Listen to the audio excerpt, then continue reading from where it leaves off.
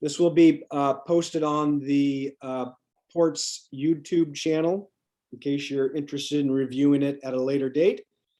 The first item on the agenda are the minutes from the November 8th regular bi-state working group meeting.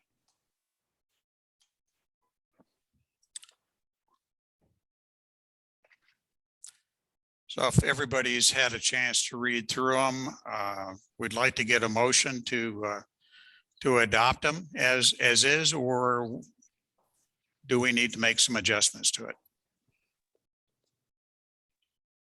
I'd make a motion to adopt the minutes as presented. Thank you. Can I have a second? I'll second. Thank you, Kate. All in favor? Aye. Aye. Aye. Aye. Okay, we've got a majority there, so that motion passes. Great.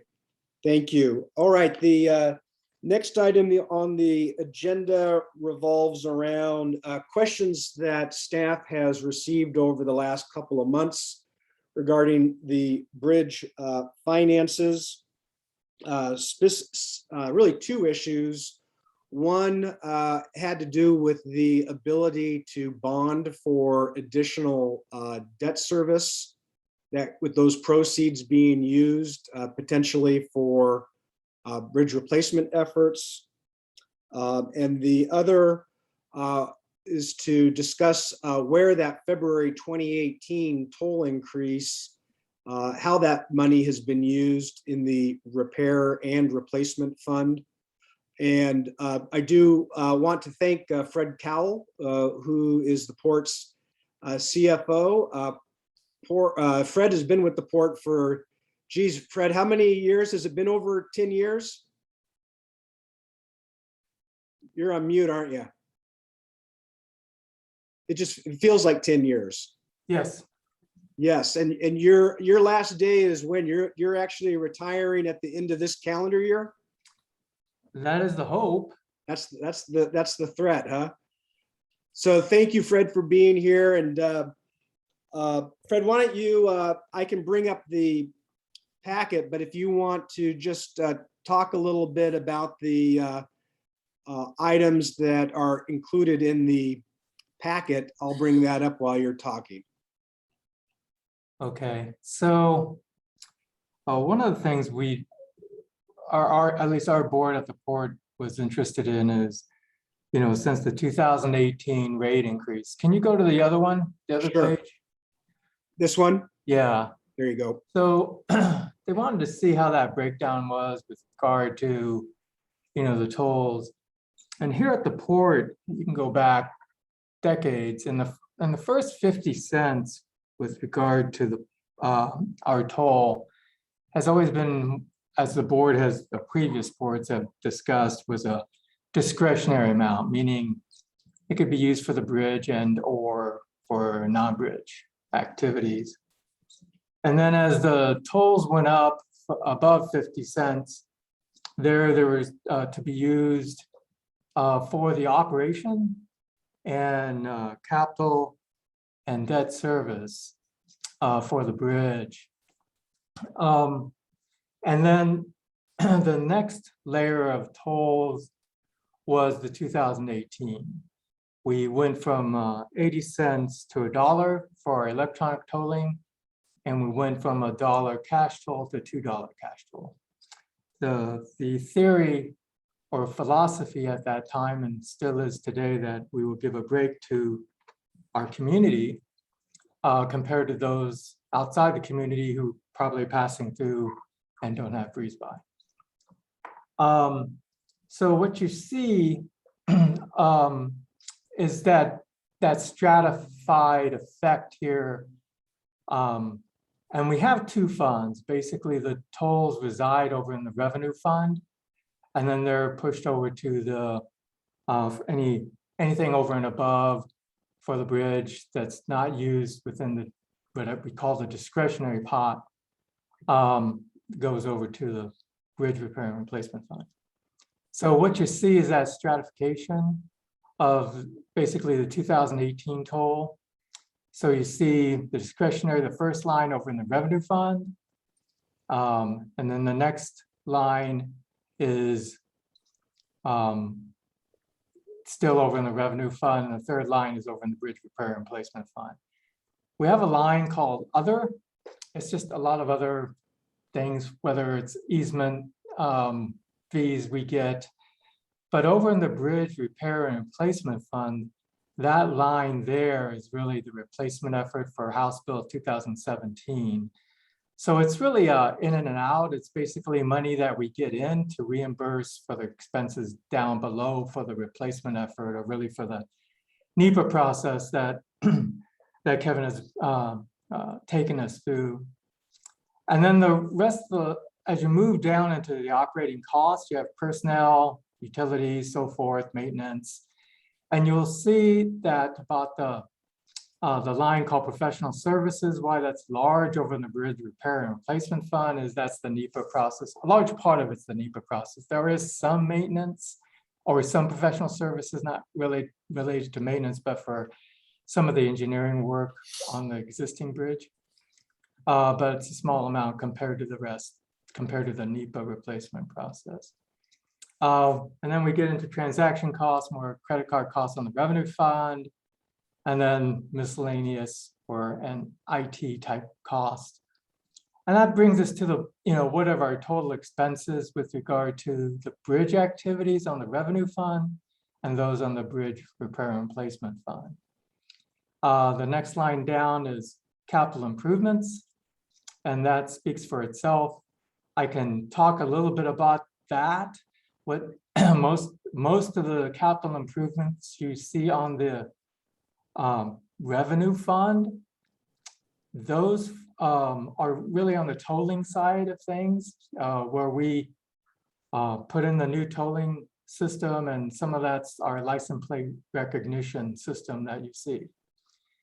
When you move over to the bridge repair and replacement fund for capital outlay, I'll give you a little bit of breakdown. So that in 2018, we had a lot of work on auxiliary trust. It shows about $528,000, but there's about $373,000 that we did with regard to the auxiliary trust. About another $131,000 related to our lift span work that year. And then we had a small amount, like $15,000 for our lighting that needed to occur. If you move over to the next year for fiscal year ending 2019, that's $775,000. There, we did quite a bit of work on steel repairs. We had about $301,000 just on steel repairs on the bridge. So again, we're talking about the existing bridge and not so much the replacement effort. And about another $329,000 for the portal trust. We had about $135,000 of work that we did on the lift span, and about $10,000 for welding. So as you can see, and then if we move over to the 2020, we had quite a bit of welding. We had about $66,000 worth of welding, another $69,000 for steel repairs that we had to do. And then we had to do, we did the toll plaza itself. It was rusting through, and that was about $93,000. And then this last year that we were in, we had about $47,000 of welding, about $25,000 with the steel repairs. We did a lot of electrical work on the lift span. That was about $72,000. We had about $59,000 for the replacement effort, though. That was a capital piece that resides. So that was sort of the first piece related to replacement, and I think those were just fees, some engineering fees we had to pay. So the idea here is those are sort of the capital related to the bridge effort in the repair and replacement fund. And then debt is also in the repair and replacement fund as well, since the lion's share of that debt is the capital being incurred. As we move down, one of the issues that I wanted to portray in this worksheet was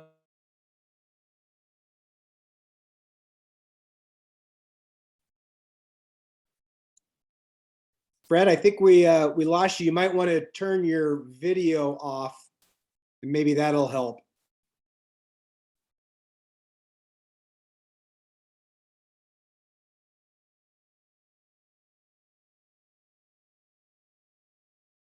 Little. I'm gonna text Fred. Hopefully he can. Michael, if you have the ability to walk into his office, you might let him know he's frozen.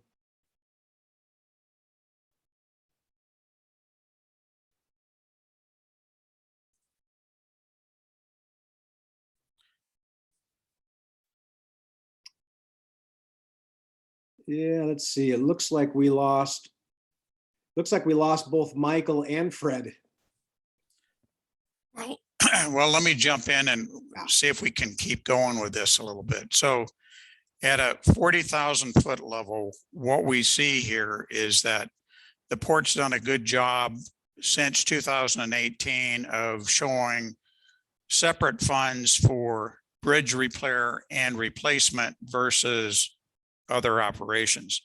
The challenge that I see here for us in the bi-state working group is that we don't really see a separate set of numbers for replacement effort. It's buried and mixed up with repair. The vast majority of the costs that you see on this table is for repair, not for replacement. I've asked that, and I think we need to talk about this and see if it's our position.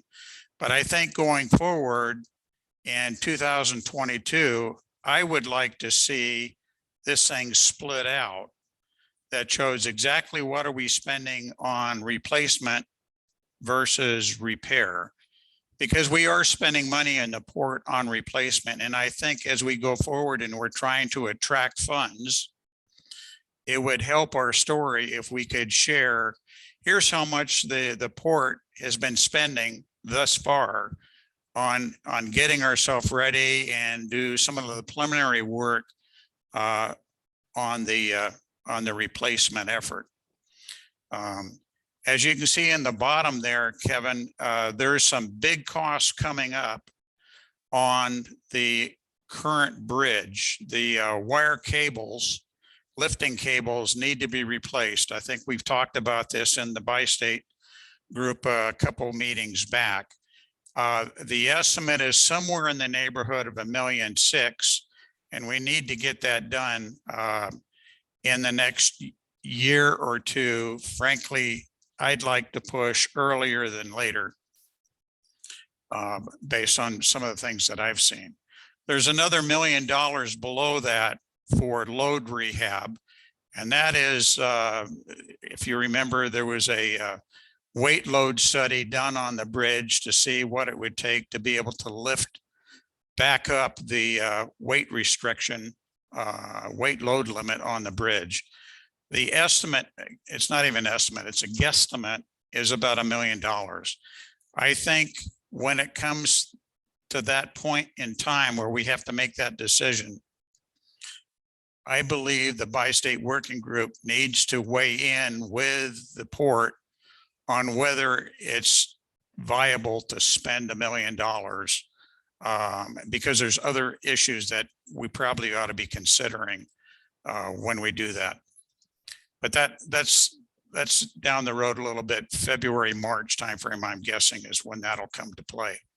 The two ramps on either side of the existing bridge need to have some major work done on them. What's happening is that the concrete deck is starting to fail. We've got cracks in it. We've got water seepage in it. And those need to be fixed, or we're going to start having much bigger problems as the rebar starts to oxidize and rust starts to develop, and then we'll have more cracking. That has to be done sometime in 2022. Frankly, the earlier the better, but I think we've lost a window right now.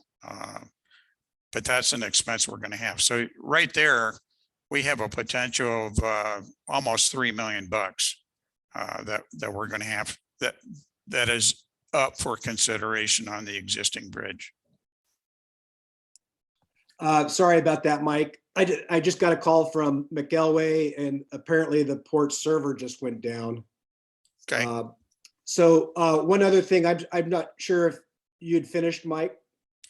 Yeah, I think we ought to have a discussion with the bi-state working group. Should we be recommending to the port that starting in 2023, 2022, we split out bridge repair versus bridge replacement revenues and cost? Mike, can I speak for a second? Sure.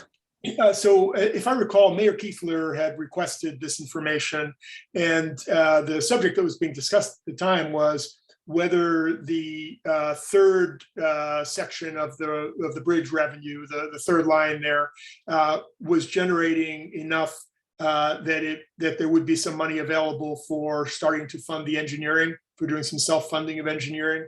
And as you pointed out, with this combined repair and replacement, it's impossible to know that, as well as with the lack of clarity about those future projects. But it would be really helpful if we could get Fred to work on a forecast that would help us identify how much, basically separate out these funds a little bit better so that we can understand moving forward how much money will be available for either some of these projects that you've just described or for the engineering problem which we're facing. Yeah, I think that's a good comment, Arthur. There's actually a study, and I think if Fred gets back on, there was a study done. If we raise the tolls again, how much could it generate for engineering that we could put against? And I don't, Kevin, is that included in the package? Yeah, that was the first sheet. Before we switch over to that, I do want to draw your attention to this 2.7 million number. So this is the, if you will, remaining reserves that are sitting in the repair and replacement fund. So after all the revenues and all of the expenses by year, when you total up these net revenues, this $2.7 million is sitting there as a reserve amount. And so even though there hasn't, so there is something that can be done either, and we're obviously concerned about these projects that are going to be coming up in the next couple of years, but did want to draw your attention to this remaining reserves. And then as far as this fiscal year 2021-22 estimated reserves, this 1.5 million is what Fred was estimating would be left over after the operating costs, the typical operating costs out of the repair and replacement fund. But he wanted us to know that for instance, the lobbying costs, of which we're spending quite a bit every year on the lobbying effort, is not paid for out of this replacement fund. That is a general fund expense. And there are other annual staffing costs of the port, finance staff, bookkeepers, that sort of thing. Our public affairs manager, Genevieve. There's other costs that aren't pulled out of the general fund that is going into the replacement effort. So I think the bottom line is that there needs to be a more comprehensive review of what is the actual expenses that the port is spending on bridge replacement, and identify that in addition to separating out the repair activities from the replacement activities.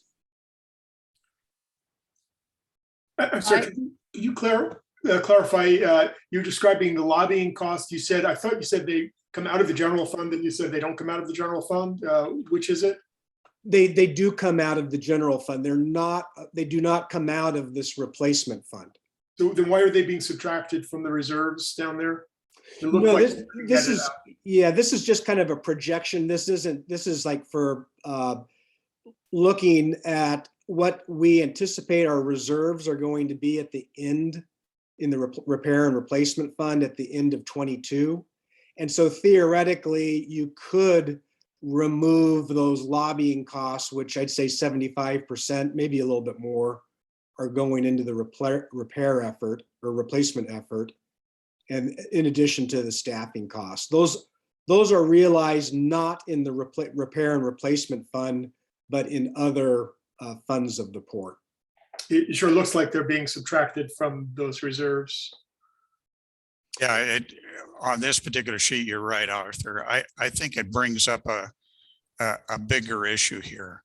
That as we go forward and we're getting ourselves set up for the new administration, if you will, I think it'd be really helpful that we really start segregating the costs at the port that shows port operations, port bridge repair type activities, and then separately port supported bridge replacement efforts. And we make sure that we all understand the charging practice between the two, because there's costs that get spread across both entities. And we got to make sure that we understand that as we stand up this new entity, we need to kind of figure out what's it going to cost to perform the work. And we're going to have to budget that and everything else associated with it. So we've got an opportunity here to learn from past practice, but we got to split this thing out in such a manner that we can understand it going forward. Kate? Yeah. This is Commissioner, oh, go ahead, Kate. Oh, okay. I was just gonna say, I agree with you, Mike and Arthur. I was trying to get a handle on a percentage as Fred Cowell was going through the numbers, like, oh, that's X percentage of this, X percentage of that, but it's really hard since it's not broken out. I agree, it needs to be broken out for sure. I'd love to be able to have a discussion with the port commissioners, which, we have on this call of, oh gosh, when you get to spending X amount 3 years down the road, is it better to let's just leap forward instead of spending that amount on repair? Then the other thing that I have a question about is, I know the 2018 toll raise was specifically for replacement and repair. And I'd like to know the percentage, the total percentage of what's been spent. But my main question is there, previous to that, I assume that coming out of the general fund, the other toll increases, I know there's 50 cents discretionary, but wasn't there a large percentage of that part of the toll that was for repair? And was it just not enough and that's why it was raised? I can answer that question. I think you're alluding to it. That is correct. So what had happened was, that is why, as you can see in the early years in 2018, or really when we were in 2017, looking forward, we were going to go negative because the amount of work that, it's an old bridge. So at the more it ages, the higher the repair cost will be. And so based on our forecast, we saw that was needed in 2018 just to start to accumulate some reserves for that repair work. At that point, when we were looking at 2017, for the 2018 toll increase, we were, at that point, the board was, although replacement was on their mind, we had, what was staring us down the face was a large amount of repair work. So that is why you see a 2018 increase. Now, just to give you an idea, you look at percentages, it's a little bit more difficult because we have a cash toll and we have a breeze by toll. So at the end of the day, the breeze by went up 20 cents. So, whatever 20 cents on a dollar is. And then, but the cash toll went up a complete dollar, so it went up 100%. However, the cash toll only makes up about, at that time, about 40% of the total revenue, right? As far as tolls are concerned, where, 60% was our breeze by customer, our electronic tolling. Okay, I'm not sure when you came back on, Fred, but Oh. but we were talking about getting more breakdown on this. Maybe you can talk about that again, Mike. I'm not sure if Fred was on at that point, but getting more of a breakdown of what is repair and what is replacement in the past. And then I'd also like to see where it says cumulative reserves, 2.7. That's great. That's accumulated. Well, what is projected if we just stayed at status quo for the next 5 years that could be used for this replacement or repair? Yeah, we have this much accumulated. We've got these costs. Let's not just subtract them from where we know we are. What's the revenue projection for the next each year for the next few years? So I'd like to see that. Well, let numbers. me finish this so I can answer some of your questions to begin with. But one of the questions that has always been out there, does the port uses some of the tolls? Well, the previous boards have always allowed for that 50 cents, the first 50 cents, let me clarify that, to be discretionary. And so if you look at this worksheet, basically that's what's happening. So if you take all the non-bridge revenue, all the non-bridge expenses, all the non-bridge capital outlay and debt, and any non-bridge grants that they receive, I'm basically talking about the airport. The airport gets a large amount of federal grants. This bottom number, here at the very bottom is, subsidy from the bridge revenues, about 1.9 sitting out there in 2021, 763,000 in 2020, 1.2 million in 2019. Why that's important is if you look up at the first line in tolls, 2.2 million, almost 2.1 million in 2020. So the idea was we would never pierce that 50 cents for non-bridge activities. So that was a point that they wanted to make. And what you see in purple is really the capital outlay, what's making up all that capital. And as you can see, it's mostly the airport.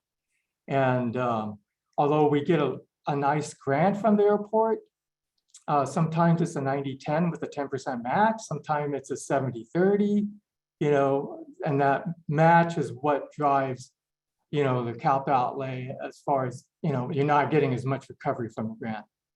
Okay, so I just wanted to make that point. So if someone says, hey, look, you're using it. Yes, we have, and we always have used it, but we capped it at that first 50 cents on the toll. Now, going back, and Kevin, if you could. Yeah. Yeah, so if you come over here to the Bridge Repair and Replacement Fund, it's not, based on what we see today, we should, as an estimate, you should probably see about $1.5 million sitting every single year. That, getting to your question with regard, Commissioner McBride, getting to your question, what should we be looking at about every year that's sort of accumulating if we didn't use it for the repair of the existing bridge? You should be looking at about 1.5 being added every single year if you don't use it. If you don't use it towards the existing bridge, or even more, I should say. But so that gives you a feel for, what you should experience. So if you add that every single year, you should have that. The downside is we do have some existing bridge work that we have to do regardless. Some of it we've pushed out quite a ways to that. We can defer it a little bit longer. So that is the balancing act that we're experiencing today. Fred, do you want to just comment on where these lobbying and other staffing costs live? They're not part of the repair and replacement fund, is that correct? Well, correct. I mean, there's an argument. We have always place our lobbying cost in the general fund, not the revenue fund and not the bridge repair and replacement fund. We've placed it in the general fund because from a planning perspective, and from really a lobbying perspective, we felt it belonged there, and that goes way back.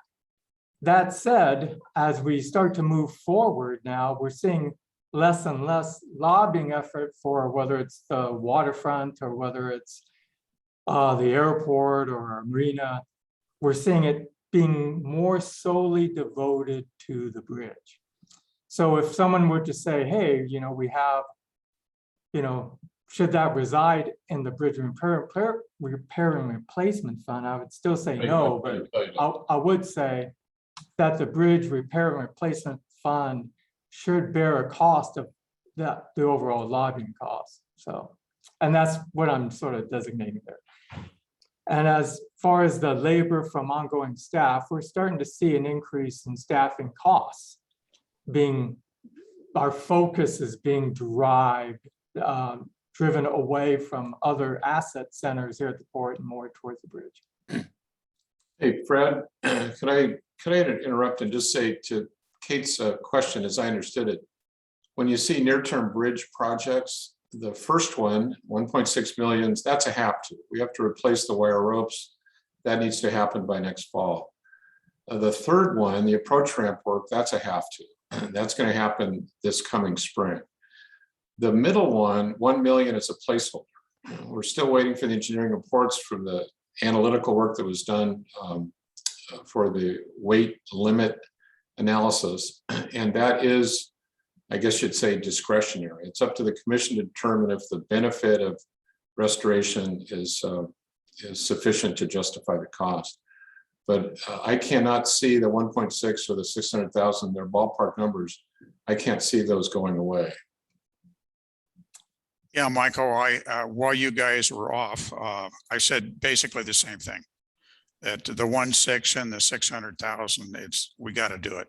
It's a safety issue.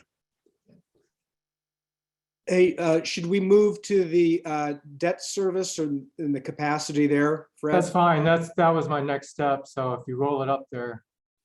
So basically what's happening, the spreadsheet is all linked to other spreadsheets, but you know, I'm giving you just a very, very sliver of how we look at bridge traffic.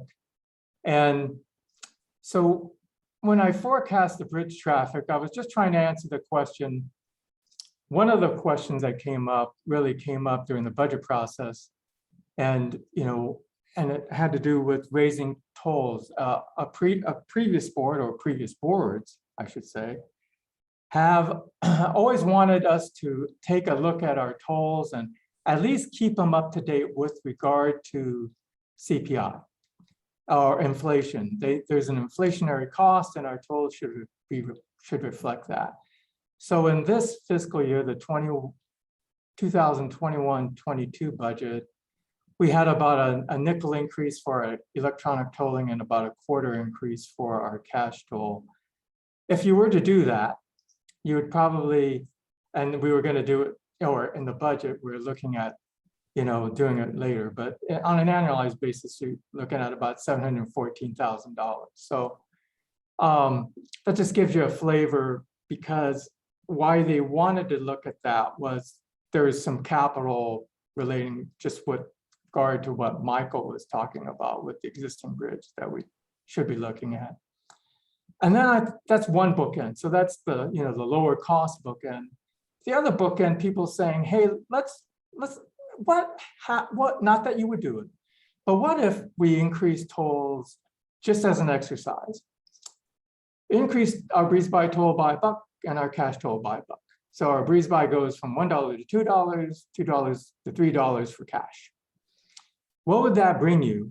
And what could you go out with debt with regard to that? So that question, so we analyzed the market, and based on the market, we think you would end up with about an annualized about $3.5 million more in revenues that you could use for, you know, if you went out with this toll and you told the community that this was only in replacement, not repair, you would get about $3.5 million. That doesn't mean you could go out with debt for that amount. So because debt, you have a legal coverage, our legal coverage of the debt we've had was about 1.35. And that's a coverage ratio that you have to have and over and above your debt service. We have a fiscal policy of having a 2.0 debt coverage ratio. So if you use that, you only can go out with debt of about 1.7, $1.8 million that would have debt service. So, and the market would give us 15 years as a term. We might be able to get 20, I doubt it, but 15 definitely. And based on that, you basically can go out with an issuance of about $21 million. So I was just doing that. This is just an exercise for the other bookend that you might be looking at. Any questions for Fred? So again, the idea here is if we would do this, then the new entity would basically get this long-term debt transferred into them when the new bridge comes into play. I would like to clarify that a little bit. Maybe the answer to that is maybe. Because you're generating about $3.5 million and your debt service is what about half of that. So if everything being equal, you would then be accumulating in reserves about $1.7 million. And if you were to do this, your your outstanding balance in your debt as it comes down and your increase in your reserves, about 2029, if it all happened this year, about 2029, you'd be able to pay off that debt from what's being held in reserves. So it gives you an idea of, you know, if it just so happened in 2029 or 2030, you transfer title to the bridge, you could do that without having any issues with regard to the outstanding debt and the master declaration that we have. Good point. Thank you, Fred. You bet. Any other questions on this one? This is Commissioner Anderson. When we're spending this money on the wire ropes, and if we go back to that previous page, and if we're ever talking about doing an increase in terms of tolling revenue, and the general public sees that we're taking about 1.9 million a year this year in discretionary funds from the bridge, and we're using it for other port projects, that's going to be a hard sell to the public in terms of trying to raise the rates at all. When you're already you're already subsidizing other things not bridge related, and we're talking about potentially, you know, creating a bridge authority and then transferring this asset, or I would say this liability, into this new group, when there's dollars that you could be spending, about $2 million a year currently, on repairs where the port's putting it in other places. That's going to be a real tough sell to the public. Yeah, I know from the port commissioner point of view, many of us are working at the port to try and wean ourselves off as soon as we can from bridge tolls. So the sooner we can do that, the sooner it frees up that kind of money, Commissioner Anderson, to be able to push it over onto the bridge, either the replacement or hopefully on the replacement or maintenance of the existing bridge as it continues to degrade. But to me, one of the secrets of success here is that we've got to figure out how to wean ourselves off of the bridge on these other areas as quick as we possibly can. I think one big example of that is the parking plan down on the waterfront was done for exactly that purpose. The other piece has to do like with the airport, although the airport is the majority of what you're seeing as the $1.9 million subsidy of a match to it, our port match. We are pushing forward. The idea is to take each asset that isn't floating, meaning isn't, you know, self-sufficient, and to do something with it. However, all our assets will have to get pulled together to float the recreation bucket, because recreation that will never float itself. You always need some sort of outside subsidy. But that said, I have at least within our forecast, it looks like we here at the port, we may have to spend a little more in the first couple of years to float the boat and then wean ourselves off.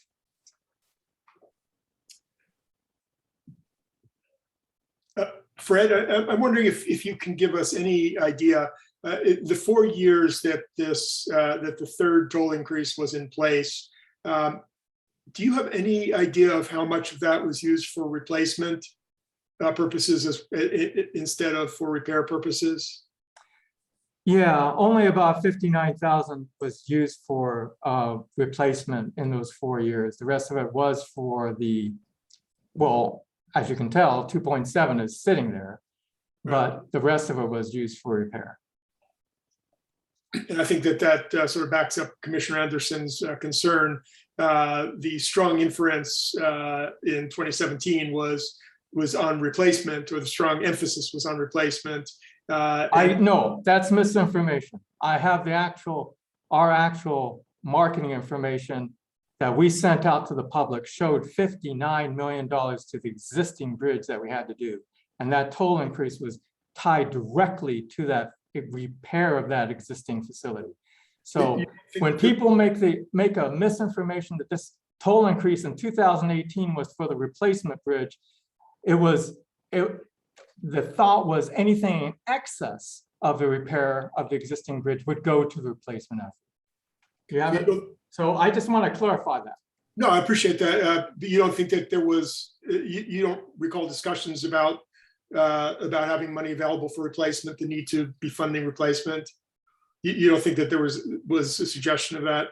Not in 2018, not for that toll increase. We have the marketing material and the customer information we sent out to the public. It shows the existing bridge work that had to occur that that toll increase was looking at. So it was much less about replacement. So about $59 million worth of repair to the existing structure. You're confident that it was marketed as a bridge repair toll as opposed to it was marketed as both, but I can tell you the lion's share of the discussion was about the repair. We did not have any thought that, hey, this is all going to replacement. No, there wasn't a lot of thought with regard to that. Any excess would go to replacement. Just think about it. We only have 20 cents and $1 that's going to that won't even cover the $59 million of bridge work we had over the next 10 years. So, to think out loud that you would have any money for replacement at that time, that was going to take another toll increase. Okay, guys, we need to move on. We're slightly behind schedule, I think. Thank you, Fred. Appreciate it. All righty. We'll get more information for the working group as we move forward, trying to All right. separate out those two repair and replacement items. So thank you, Fred. Well, just if I can help out before December 31st, it'd be great. Okay. All right. That's on a voluntary basis, right? All right, we'll see you guys. Bye. All right, Stuart, thank you for your patience. You should be able to share your screen to bring up your PowerPoint. Stuart's going to do a summary of the preliminary cost estimate that he has been working on with Commissioner Fox, Commissioner Anderson, and others.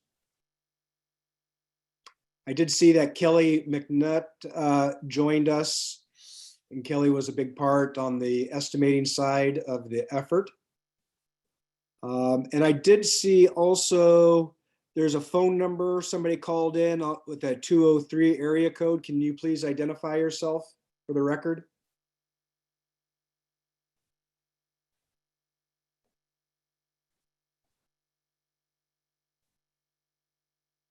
They may have us on in the background. Go ahead, Stuart. Perfect. Can you hear me? Yes, All right. Can you see my screen? yes. Great. Then I had successfully done this. All right. Sorry, I am moving all of you to my window so I can actually see your faces. There we go. And because of my bandwidth, I am going to elect to, sorry, I am just setting a few things up so I can present correctly. I'm going to stop my video so I do not drop off the call, is the hope.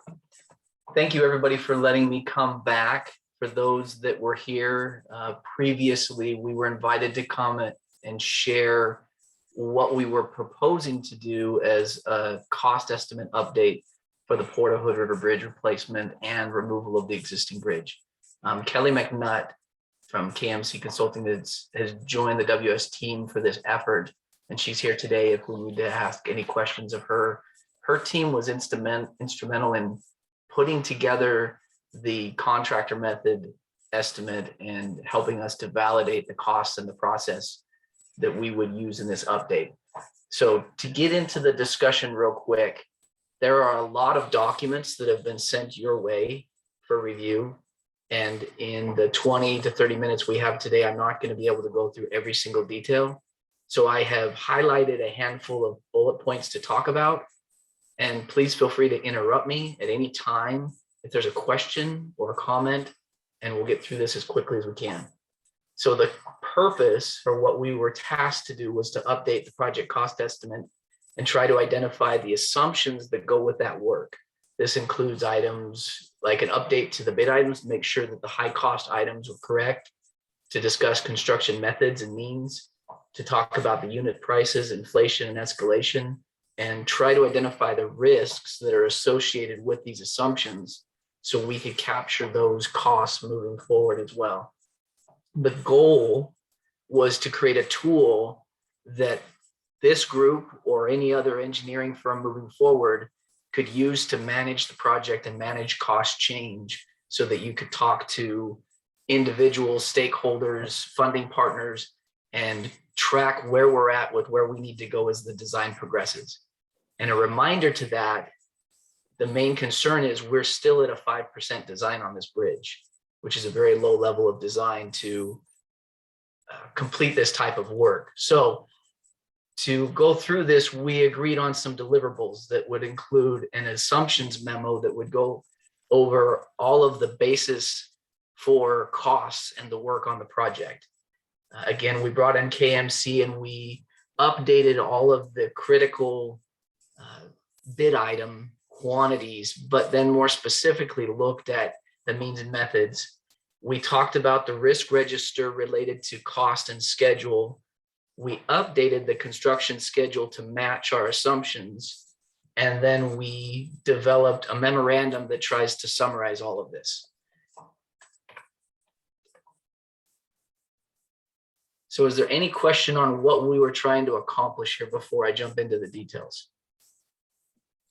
So what this is going to serve as is our initial, what we call project baseline, which is the scope, schedule, and cost of this project. Then as things start to change, and they will change, we can go back into this document, update sections of it, and come away with, here's the best guess of how long it's going to take and how much it's going to cost as we evolve through this next several years. Thank you for that clarification, Commissioner Fox. Okay, moving forward then. The first step in this process was for the team to identify the assumptions that are associated with this project. This is a reminder that this was one way to build it.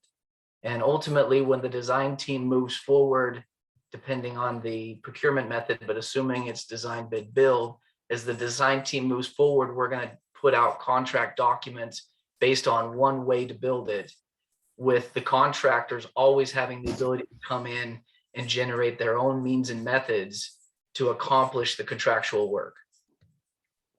So this documented one way that we assumed the designers and the contractors would go about doing this, and we tried to capture these key considerations, which included, as I said before, the bid items. Now, this was not an update to all bid items. We tried to identify the ones that were expensive or more costly, challenging, or had a large quantity. And we focused on those as they would have the most impact on the cost estimate update. Other cost estimate items, bid items, were maintained from previous efforts that go all the way back to 2008. And we didn't spend a lot of time chasing all of the items. One of the big things we did do is we walked through and came up with our own sequence of work, critical milestones, and work window limits, and how we would go about doing that.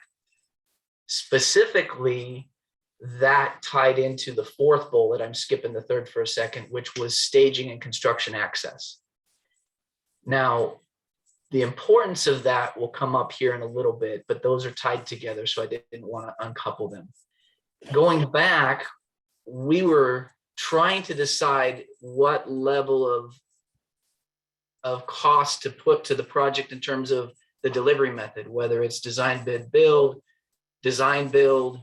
CMGC, P3, whatever method it is, and it got really complicated. So as a group collectively, we put a timestamp on this and said, for our purposes, we're going to use design, bid, build as the mechanism for all of the assumptions in the current document. That key assumption, if it changes moving forward on this project, would be something that would update, as Commissioner Fox just said, and we would take it through all the documents and see what the net effect is, changing to a different procurement methodology. We've already been very far down the environmental process, and we're in the middle of trying to get a record of decision. So one of the key steps in this that we played with for a while, but ended up moving back on, we tried to decide if there were some elements of the environmental process that we could update and change based on the best knowledge. The pushback came back. We didn't want to mess up the environmental process right now. So to the best of our ability, we tried to match the assumptions to the current EIS process.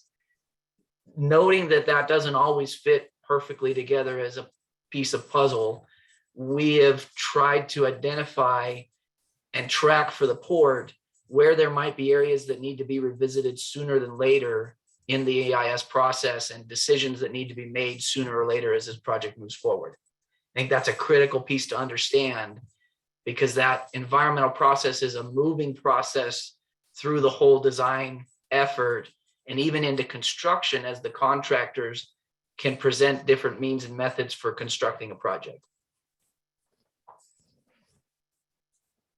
We then broke out the project assumptions more specifically to the type of the work, and we separated it into 4 key pieces. One was the new bridge construction itself, and this is essentially back of pavement seat of the bridge, or abutment of the bridge to abutment of the bridge. Everything in the middle of that, that's in the water or even on the land crossing the water, like over the railroad tracks, is all considered part of that new bridge construction. We then broke out the Washington approach work. We broke out the Oregon approach work, and we broke out the existing bridge removal, all as separate components. Before I move on, is there any questions to how this assumption document was generated and its purpose? All right, hearing nothing, I'm going to keep moving. So the next update was to revise the actual construction cost estimate, or project cost estimate, to match the scope assumptions. And here, the key changes I want to highlight were really to try to bring today's knowledge of construction methods, tools, costs up to the current quantities, and to try to make sure that those quantities matched what we really think is going to be built out there. And there was some iteration back and forth between what KMC's team was coming up with and what we were coming up with as designers, to make sure that we ended up getting on the same page and agreed with how the bridge would be built and what part would be paid in which bid item. So after working through that, as a team, KMC developed a contractor style construction estimate. This is really a tool that works off the work breakdown structure of a contractor.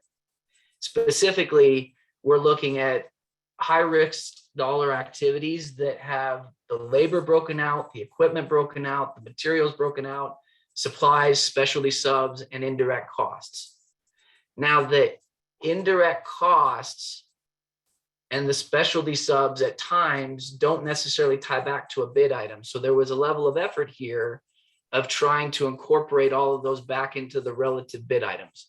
This can be done lots of ways. We picked one way, and that's represented in our cost estimate. There's a table in there that's a crosswalk that shows how you go from KMC's estimate that included all of these different breakouts back to our bid items, so that we could then come up with a unit cost that included the unit cost of the bid items, all the labors and materials that go into that, but also some percentage of the indirect costs or other miscellaneous indirect items, all rolled into the bid items in one way or the other.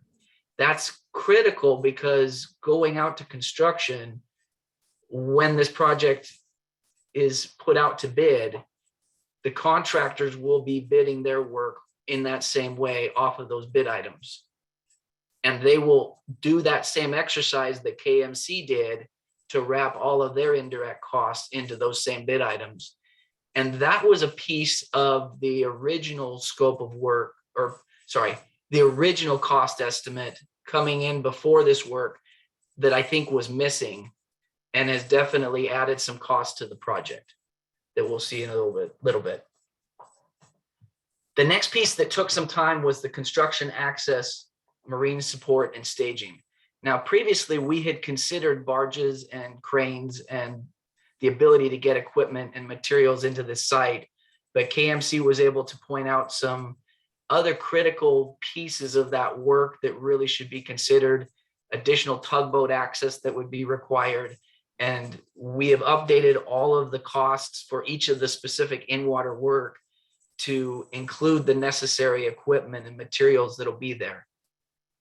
The last piece that KMC helped us with was the unit price analysis to make sure that we had everything to the latest rates of today.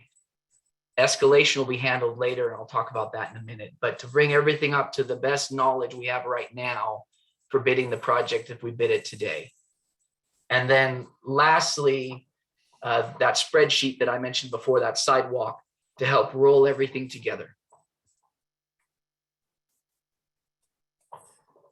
So tied with that was the modification of the construction schedule. We had previously developed one in support of the EIS process that showed the project and how it could be built in a 6-year window.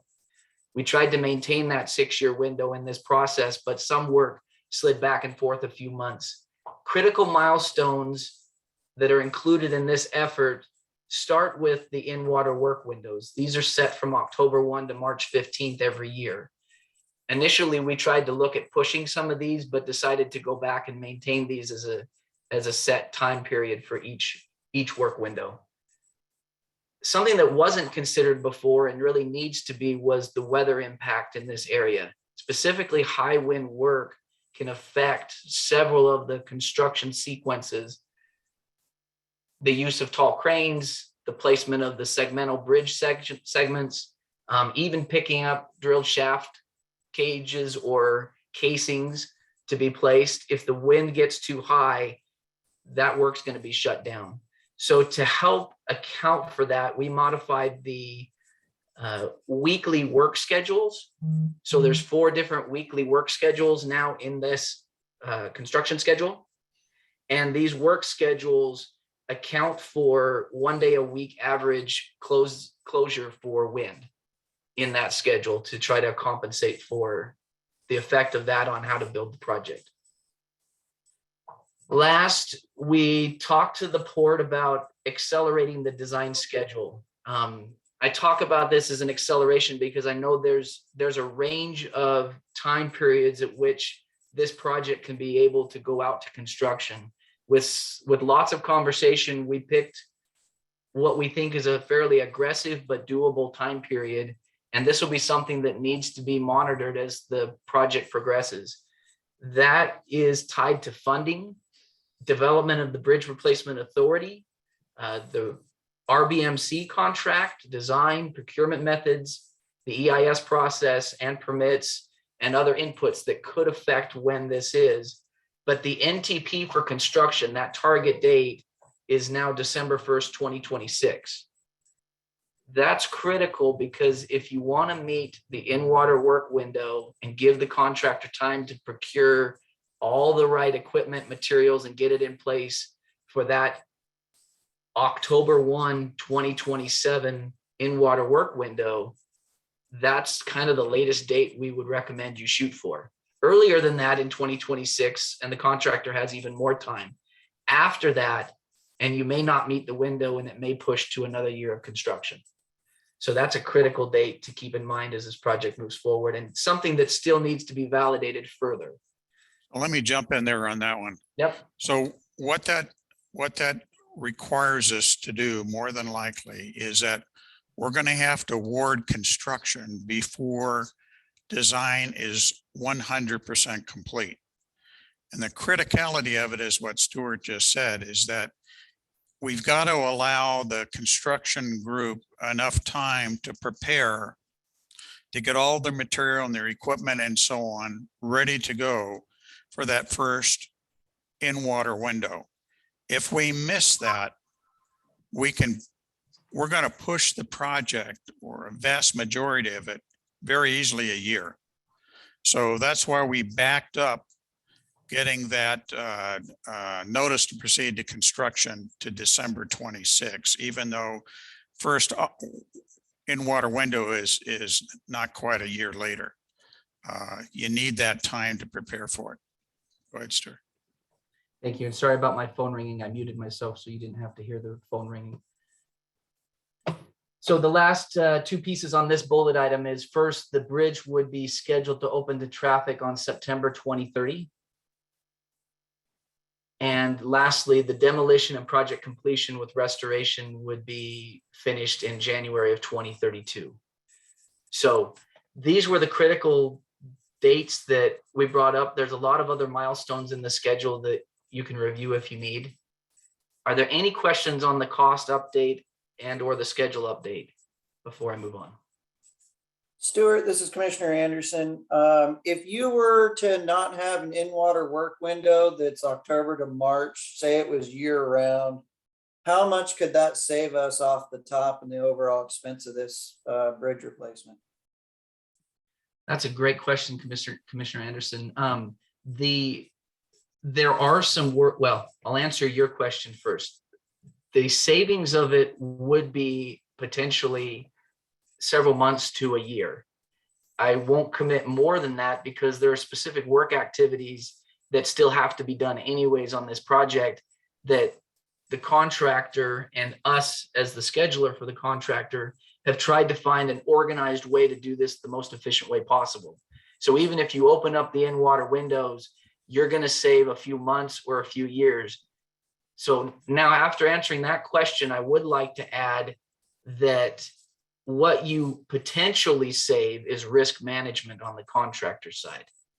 There are probably costs here and costs on the contingency side, and potentially even cost on the escalation, that you give the contractor more room to control his work. You get a better bid and you get less risk on your side because they can manage the tasks that they need to in a wider window. So there is a savings, but it's more, there would be a cost or a time savings, but I would think this would be the potential for more of a cost savings. Commissioner Fox, do you want to add anything to that? Yeah, we'd have to really study it, but on the surface, to me, you're going to save time-related costs on the project because you're shortening the schedule. You're going to save escalation by moving the centroid earlier in the project.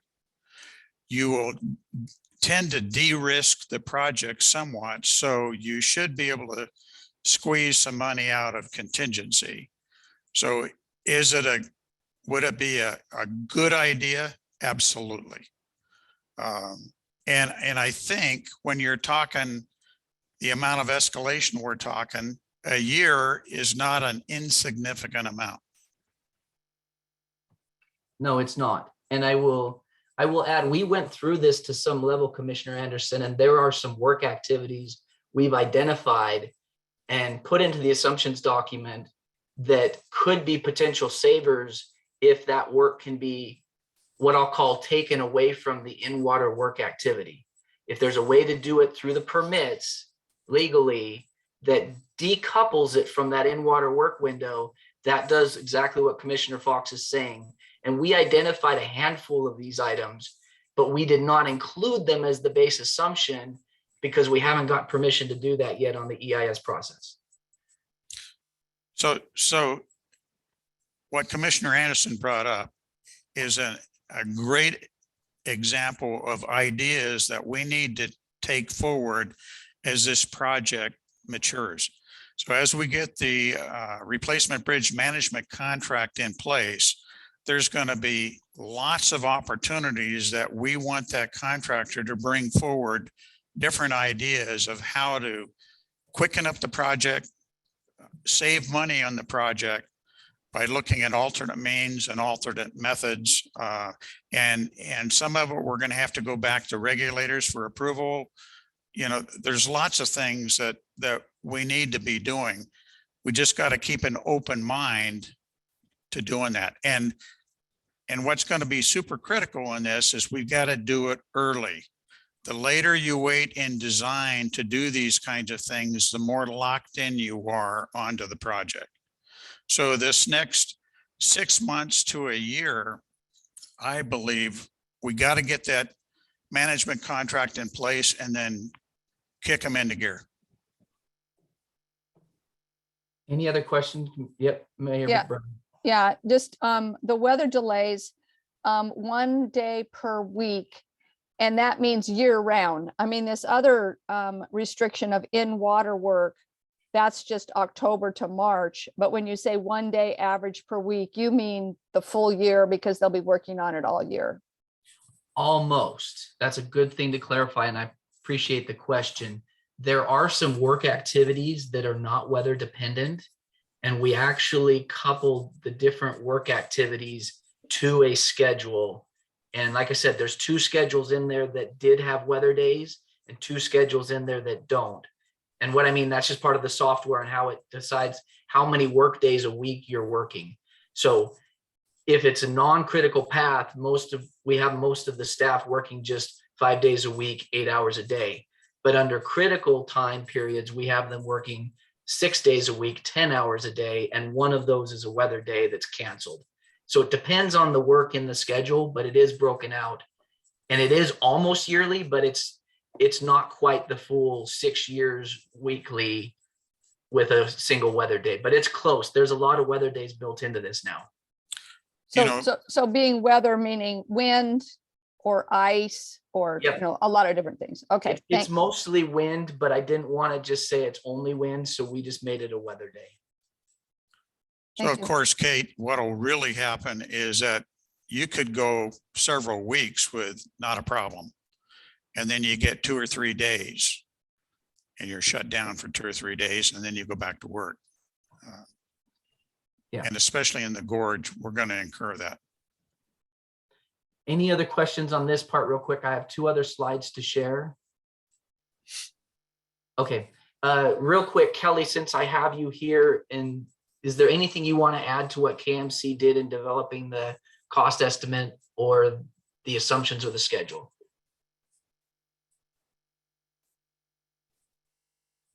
Oh, I might have lost her. Okay, then I will move on. So the next document is trying to be a summary document up front. And what it is trying to pull together all of the components that go with this update into one document that then walks you to the other documents. This memorandum really follows the outline of the construction costs. It goes into more of the contingencies and sales tax and how they're wrapped into the unit prices. It goes into some of the assumptions that KMC made. So there's a separate little document there that KMC put together that talks about how they built their estimate. In addition to those cost estimate changes, though, we also talk about engineering. We were asked by the port to try to find a handful of projects that were similar in nature to this and look at the amount of engineering that was used on those projects. They tended to come in at about 5 to 6% of the project cost.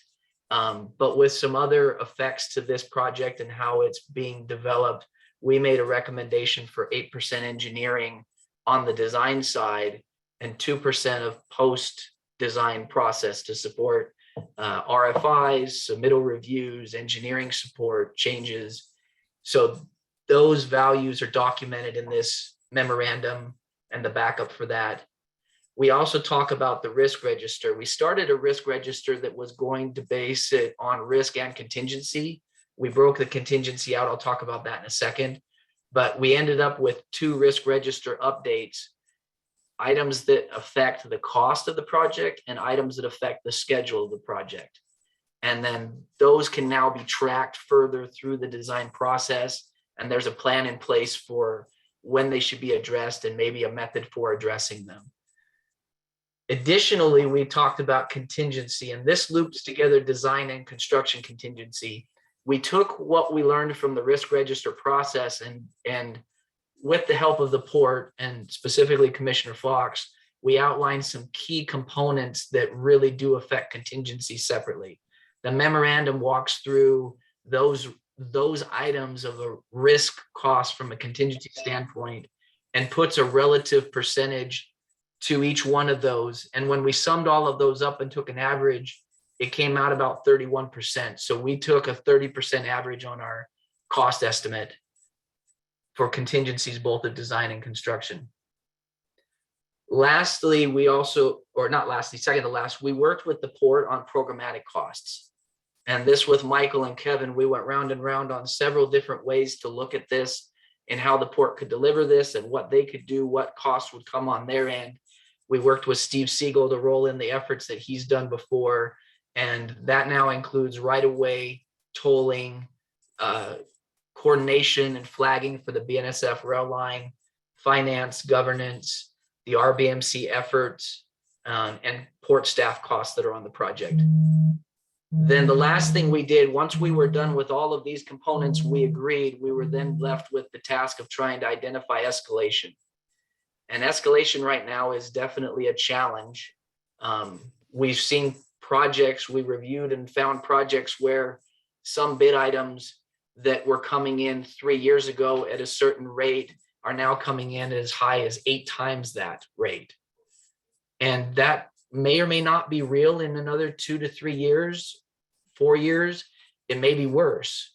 So as a group, we talked and tried to decide what a reasonable escalation was to apply to this project. And we ended up coming up with a 4% escalation to use on the project.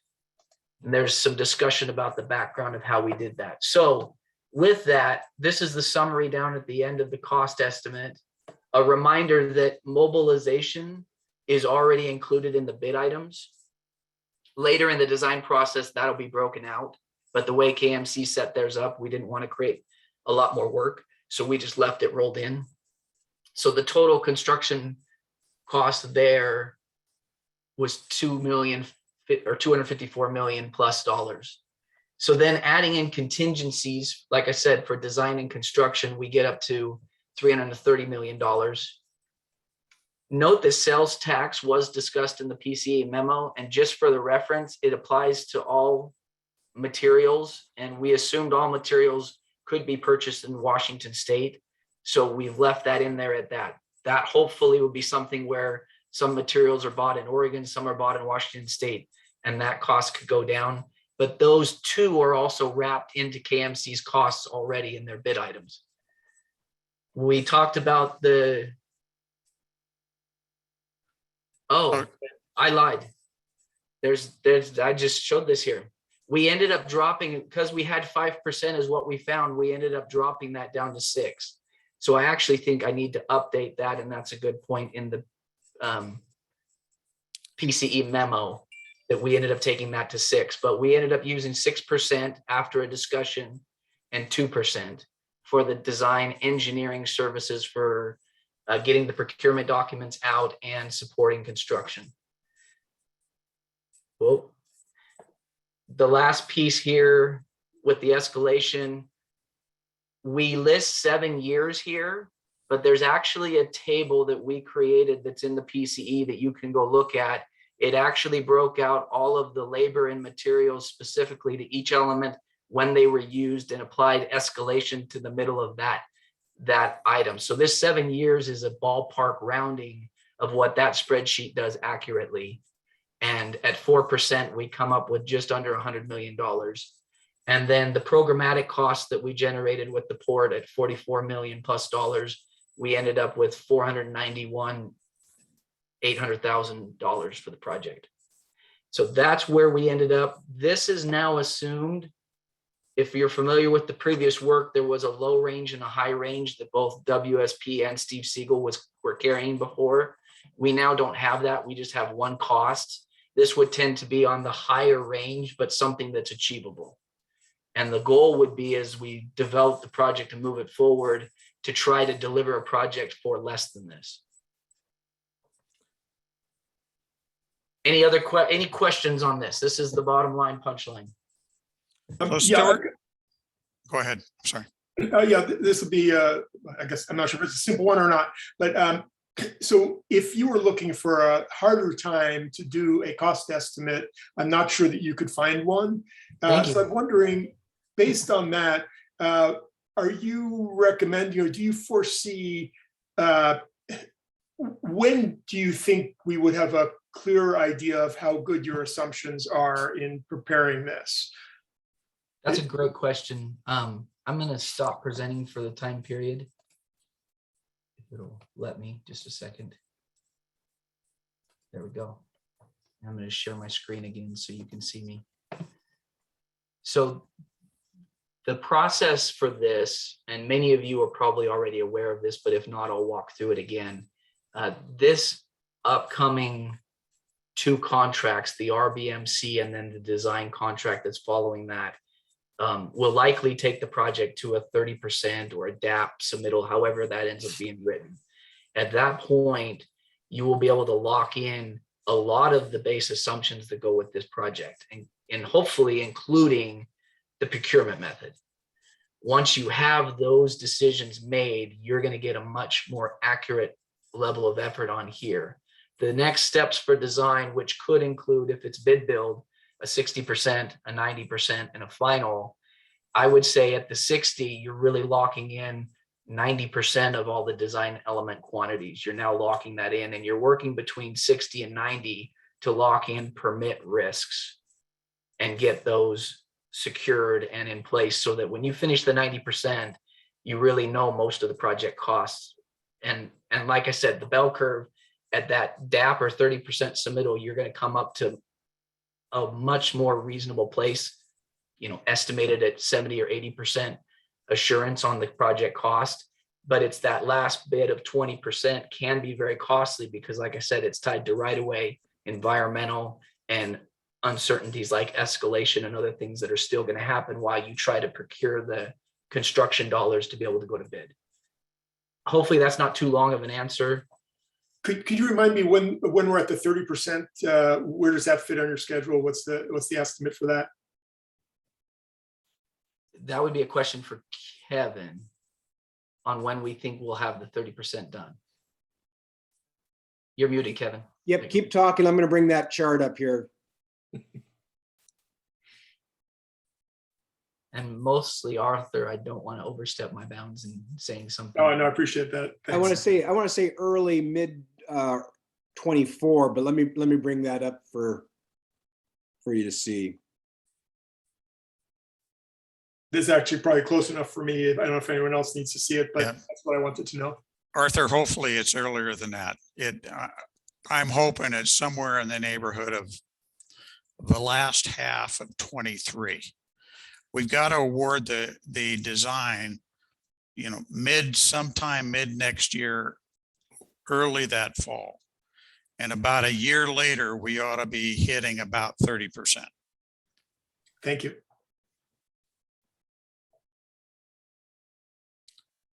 Any other questions on the update to the project cost estimate? One item that I see here, guys, is when you go back to that one chart that showed the summary that escalation was worth, I think it was $97 million, $100 million. One of the things that from a bi-state working group, we got to really pay attention to is time is money. So if we delay this project even a little bit, you're taking this thing at 4% compounded to the new centroid, whatever that is. That can add up very, very quickly. The second thing that I want to warn people, this is based on 4%. My gut feel is it's in the ballpark, but right now today, CPI, I think, came out yesterday at 6% so far running. Now it's a little different index for this type of work, but I can see that we could very easily blow over 4% in this next couple of years. So what I believe we need to be doing is that at the end of the year, next year, we need to look back on that year and what was inflation for that year and do an adjustment on this and take another look at if everything else was equal, what's happening to our pricing and update it. So I think this is one of our driving factors. We got to get a lot of momentum going on this thing and get it done. It's going to be the cheapest way to get there. The other observation that I would make, I agree with what Stuart says, as far as you get design done, you get a better feel for what the scope is for your pricing. History has shown me that's a big part of it, but that's not the only part. You got to get qualified contractors to do this work.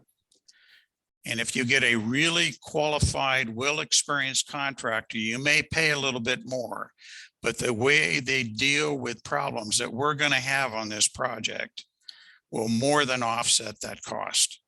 So that's another thing that we got to watch out for. We got to be very careful who we select to work on this.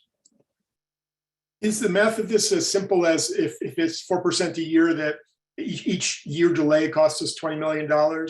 Is that what that means? No, it's No, not. it's the to-go cost. Yeah. So explain that, please. So it's the to-go cost. So if today all of this cost is yet to go and you move the job a year, the centroid moves out could move out, say 6 months. So, or that's not true. Your centroid is going to move a year. Yeah. That's going to be 4% on the total amount of money. Okay. Now, if a year from now and you've got part of design done, let's say, the to-go cost is not quite the same as it was today. So you're calculating your escalation on the to-go cost. So it'll be a little bit less. So the farther you get into this, kind of the better it is. The quicker you get into it, the better it is. But if we sit on our hands for a year, it's $20 million. Yep. Today. Yeah. Yep. Thanks.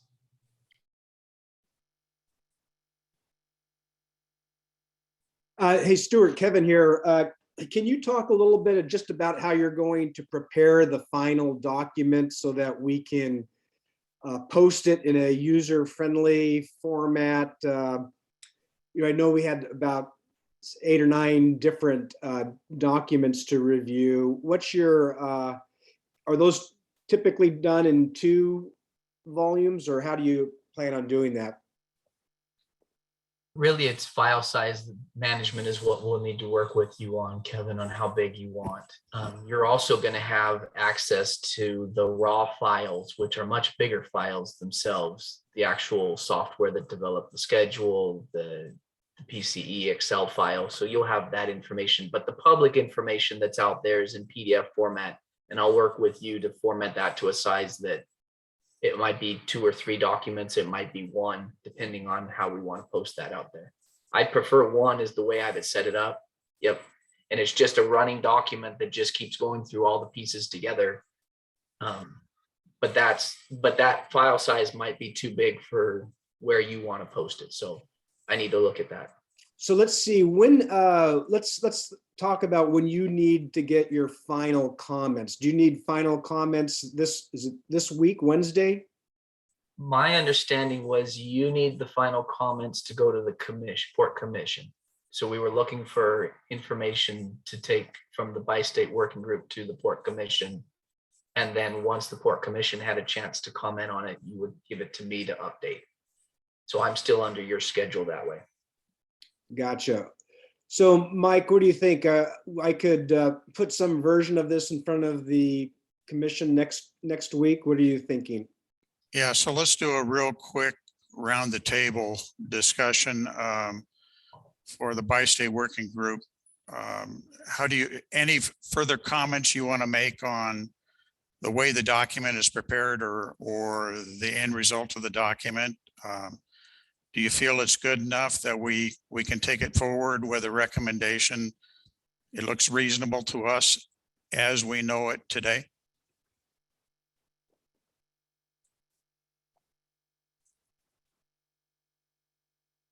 I feel okay with it. There's a lot of, data or a lot of explanation that came from Stuart. Thank you so much, Stuart, for all of that explanation. Just to read the raw material without the explanation is kind of daunting. And I hope when we put a final thing out for the public, we can kind of make it more simple. It seems like it's usually better if it's simple and get the bottom line out there. The only thing I had one question about was the weather things, and I think you gave us some explanation on a couple of things we asked about, and maybe if there was a little bit of more explanation on those particular things that we did ask about, that might help the commission a little bit more. But other than that, thank you for all the work. That was a huge amount of work you guys tried to guesstimate as well as you could. Thank you. I guess I would say I see it as a really serious and unvarnished look at the problem that's in front of us, and I absolutely would move forward with this. I think it's certainly significantly better than what we were working with before and guessing the costs, and it will help us figure out what our options are for financing.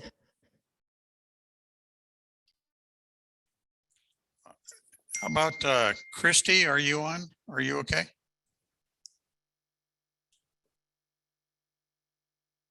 You're on mute. Yeah, sorry about that.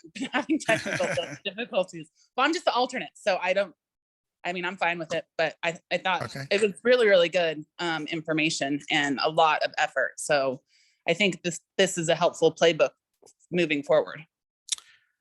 Commissioner Anderson, any comments? It was scary, but it's what we need to hear. Is there any other members of the, Betty?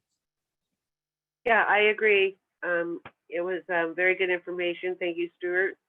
And I agree that if it could be, some of the questions we asked could be put in layman terms a little bit. I think we're good to go. And from my personal point of view, that I was involved from day one on this thing, I want to commend, the team that put this together from WSP and also from their contractor. I've done an awful lot of these through my career, and I think these guys did a very, very commendable job of putting this estimate together. It's a good place to start from now. And it's going to generate all kinds of actions for us to go work on to try and maintain this number or bring it in a little less than this. I would encourage Stuart and Kevin, when you put together the final, one volume and then of course access to the files. But I think you need to think about, Kevin, a executive summary that we can put out for the public that's no more than 10 pages that gives them the highlights and the feel and the sense of what we're doing here, but doesn't get into the huge amount of stuff that we've got that backs this up. It's great that we've got it, but eyes will glass over if the public starts trying to read this. Absolutely. I'd say about half that amount, Mike, about I 5 was pages thinking or two, less. maybe 2 pages if possible. I actually had a recommendation, and I'd be curious to hear everybody's thoughts on this. And then as you guys take it back to the commission, you can go through it. But the summary table that I showed on the screen, which is just the summary table of the cost estimate in a little 1-pager with an explanation of what we did and the critical steps that go with this. This could be a 1 or 2 page document that's a summary level document that just tells you the answer.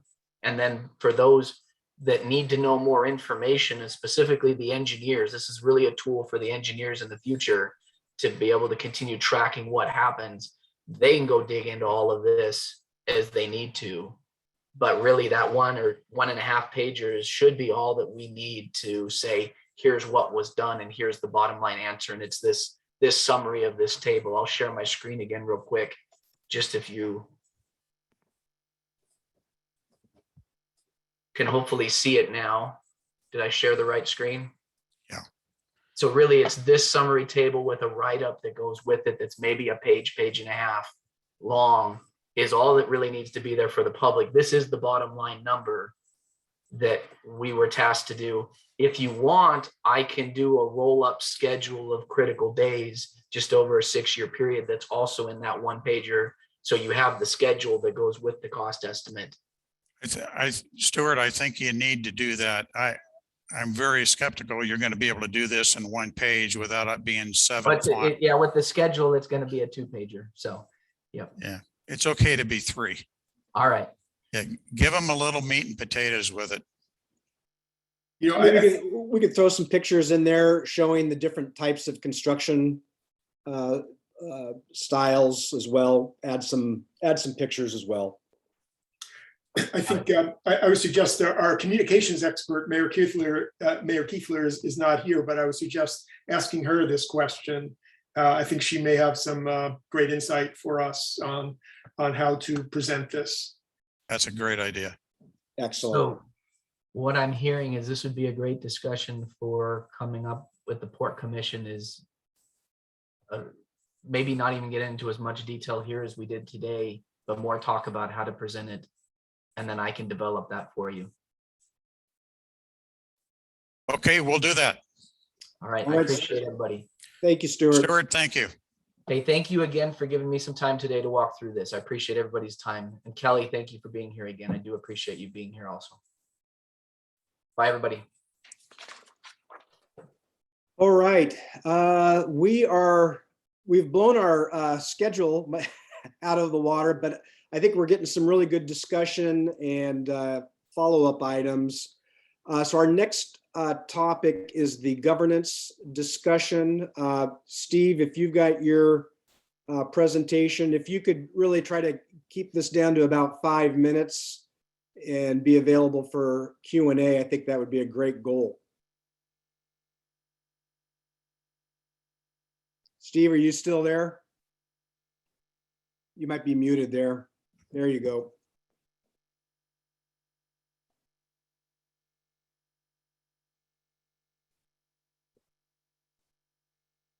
Okay, good afternoon, everybody. And Kevin, I have the screen up, right? No, I'm seeing your desktop. You're not seeing my screen? No. Try again here. I've got, if you need me to do it, I've got it up here ready to go.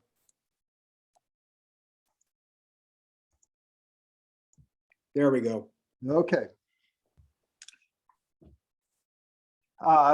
So one of the issues that we're really focused on here is trying to make sure that we can hit that notice to proceed date all the way out there in December of 2026. And there's a number of steps that are required on the governance side and the funding side that are interrelated and necessary components of getting to that. So let me just talk about the governance very quickly. This will become a topic that I think we will address virtually every month between January of 2022 and July of 2023, at which time, if all goes well, we hope to have the bi-state bridge authority up and operating, at least in some kind of transitionary phase. So quickly today, I just wanted to remind you kind of where we are, give you a little heads up on where we're heading, and kind of know that that this will be a kind of a key topic for the next 18 months. As you probably know, the bill that we propose to be introduced into the 22 sessions in Oregon and Washington appear to be hitting there. The sessions are over early in March of 2023. The two sessions end within a couple of days of each other. Should our bill pass, it would become law 90 days later. So towards the beginning of June of 2023. I have been working with legislative counsel and others to refine a couple of little pieces. I don't think any of the work that I'm doing is of major substantive importance or policy importance, but primarily I've been trying to focus on making sure that the budgeting process that the bi-state bridge authority has to go through is kind of a simplified approach. Since it's not a taxing authority, it should not have to go through the ponderous process that a city or county has to go through. And in both states, there are quite a few examples of governmental entities that do not have taxing authority that have a kind of a simplified approach. So I'm trying to make sure that's available to the bi-state bridge authority. And I'm also trying to make sure that one of the objectives I have is to try to make the transition as easy as possible, even though it might take a couple of years. And to do that, I wanted to provide some special provisions related to that transition period, where if the bi-state bridge authority chooses, it could actually do its budgeting through an existing government, one of your governing bodies, rather than their own, just to get some of the processing through. I've included in the packet, I won't go through it now because I don't think it's that earth-shattering. The two primary additions to the proposed bill that I'd like to propose to both states. And again, you can see it's just simply saying that the budgeting process can be simplified. Just to be clear, when the bi-state bridge authority bill passes, that bill does not establish the bi-state bridge authority. It instead authorizes local area governments, meaning your governing bodies, to enter into something called a commission formation agreement, which each of your governing bodies have to approve. And that commission formation agreement includes a number of key decisions, each of which we will address and work on over the next 6 months to try to get it ready for your governing bodies to approve. The one thing that you might want to start paying a little bit of attention to is the construction schedule, the funding schedule, and the governance schedule and the engineering schedule all have to match up. This is something Stuart mentioned. But when you start fine tuning it, what you realize is that a lot of the key dates really are based on the funding process that we have to go through. And one of the key elements of the funding plan very well is likely to be seeking a TIFIA loan. TIFIA is a federal US DOT loan that has some particularly helpful attributes compared to regular revenue bonds. However, the price you pay for seeking TIFIA is that you have to follow a very protracted and somewhat complex process to get approved for that loan.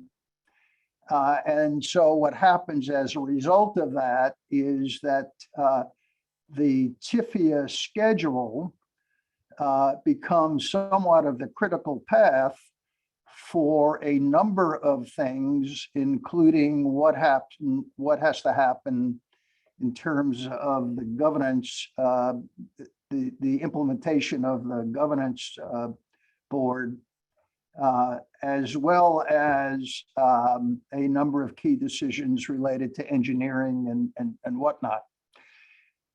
The TIFIA process itself, and again, I know time is short, so I won't go through this, but I went through and tried to find out how long it took for a number of projects that got TIFIA approved. How long did it take them to get through that process? And I actually broke it up into two categories. One being those projects where toll revenue was the primary repayment source for the loan, and the second category being where state and local funds other than toll revenue were the primary payment source. And what you see is when the toll revenue is the primary source, the process tends to take about 2 years. And so we're actually, if we need to have a notice to proceed by by December of 2026, what we will need to provide that notice to proceed is to have all of our money together, and the TIFIA loan and the toll bonds will be the last step in that process. So this becomes the critical path. I tried to create a little chart here just to explain how the engineering, TNR, the traffic and toll revenue forecasts, which is another element that we have to start addressing here soon, and the bi-state bridge authority line up compared to the TIFIA process. So one of the first key steps in the TIFIA process is the letter of interest. And in order to do that well, we would want to have the 30% cost estimate done. We'd want to have what traffic and toll revenue consultants call a level 2 study done.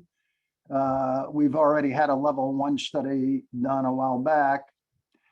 And from the governance side of things, I think we would want to have at least 1 year of the bridge authority operating, even though those operations might be not, I call it transitory. If it was a restaurant, we would call it a soft opening. It won't be complete operations, but at least have enough of the bi-state bridge authority in place in order to demonstrate that it will be capable of being fully in place by the time we would get the loan approval. The second step, the second major step is the actual TIFIA application. And there we would be looking for the 60% cost estimate. And again, this goes back to what Stuart was talking about the level of confidence one would have in the cost estimate, which is exactly what the TIFIA group will be looking at as they decide whether or not to underwrite the loan we're requesting. And the loan, we'll have to do some refinements on the estimate, but it'll be 100 million plus. And as you can see, we'll need it's a level 3, or it might be what the TNR consultant calls a level 2 refresh, but an updated traffic and revenue study done in order to do the TIFIA application. And when we make the application, we'd want to be able to demonstrate that either we have the Bi-State Bridge Authority at full capacity or are extremely close. And then finally, we get to the pre-closing credit rating. And here's where we have to get from credit rating agencies to investment grade ratings on the toll bonds, which are also part of the deal, and the TIFIA loan. And that'll require the 60% estimate, the level 2 refresh to level 3 TNR study. But the Bi-State Bridge Authority is going to have to be up and be able to demonstrate that it's fully capable administratively of taking on a project of this magnitude.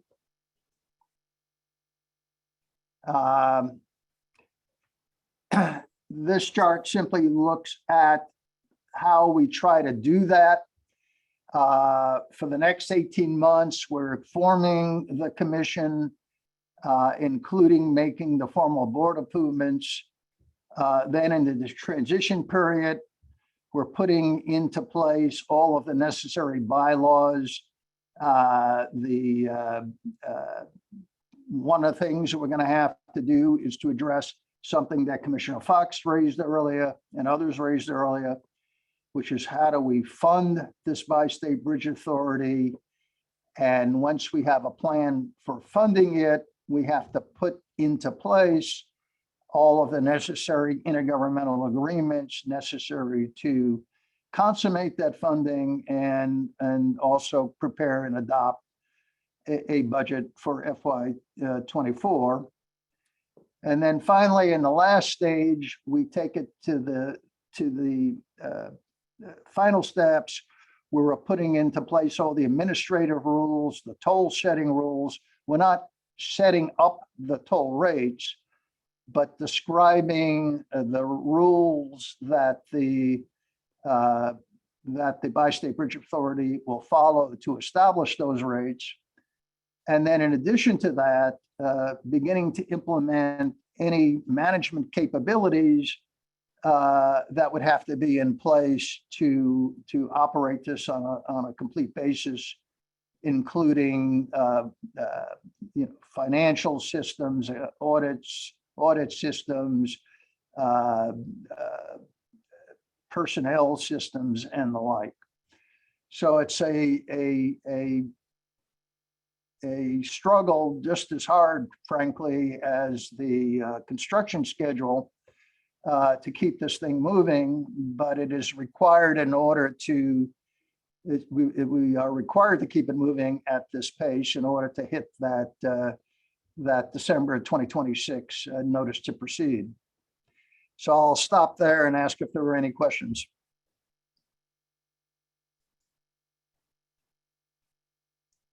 I'm sorry, I'm not hearing.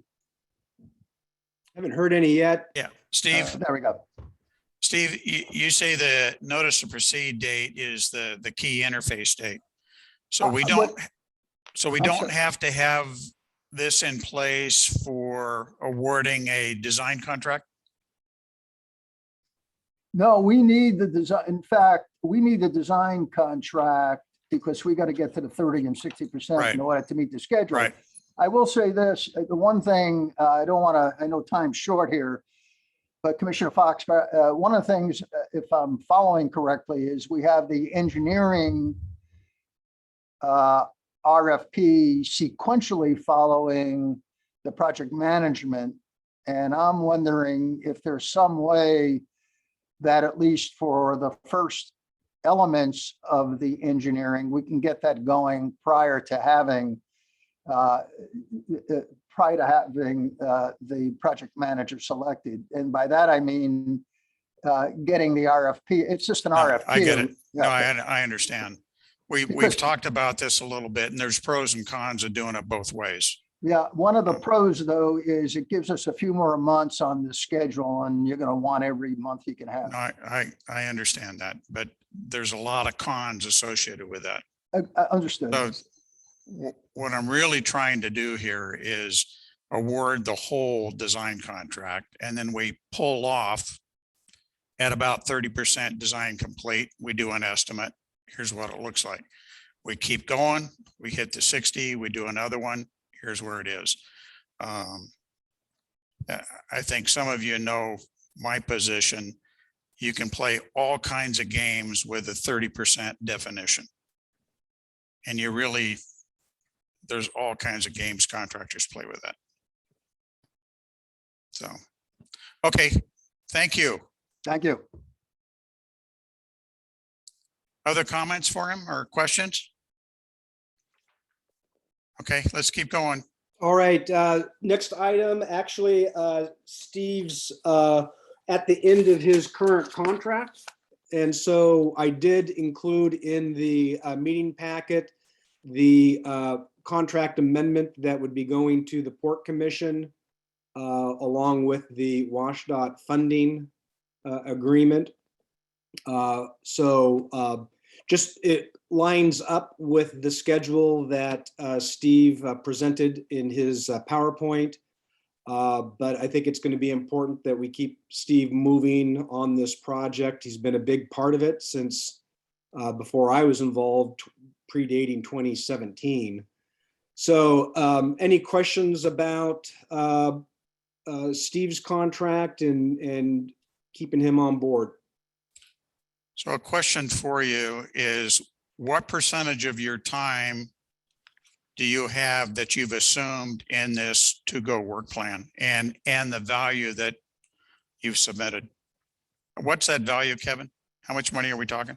So let's take a look. The first. So this is an 18-month contract, 546,000. So what percentage of the time are you assuming in that 546,000?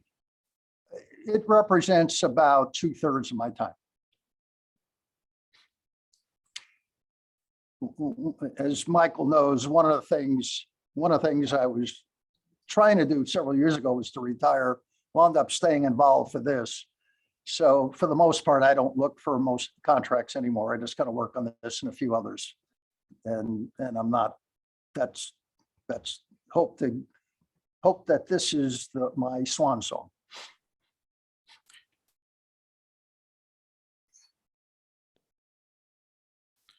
I'd like to have a discussion, but Stephen, not with you around.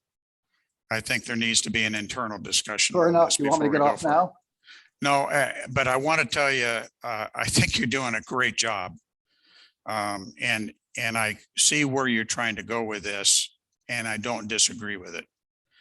I'm having a little tough time swallowing what kind of money we're talking about here. Understood. It's a big chunk of money. It sure is. And, you should talk about it. I'm not surprised. It's a lot of work. And somebody, if it's not me, it's going to be somebody else. But Yeah. Okay. Appreciate it. Thank you. okay.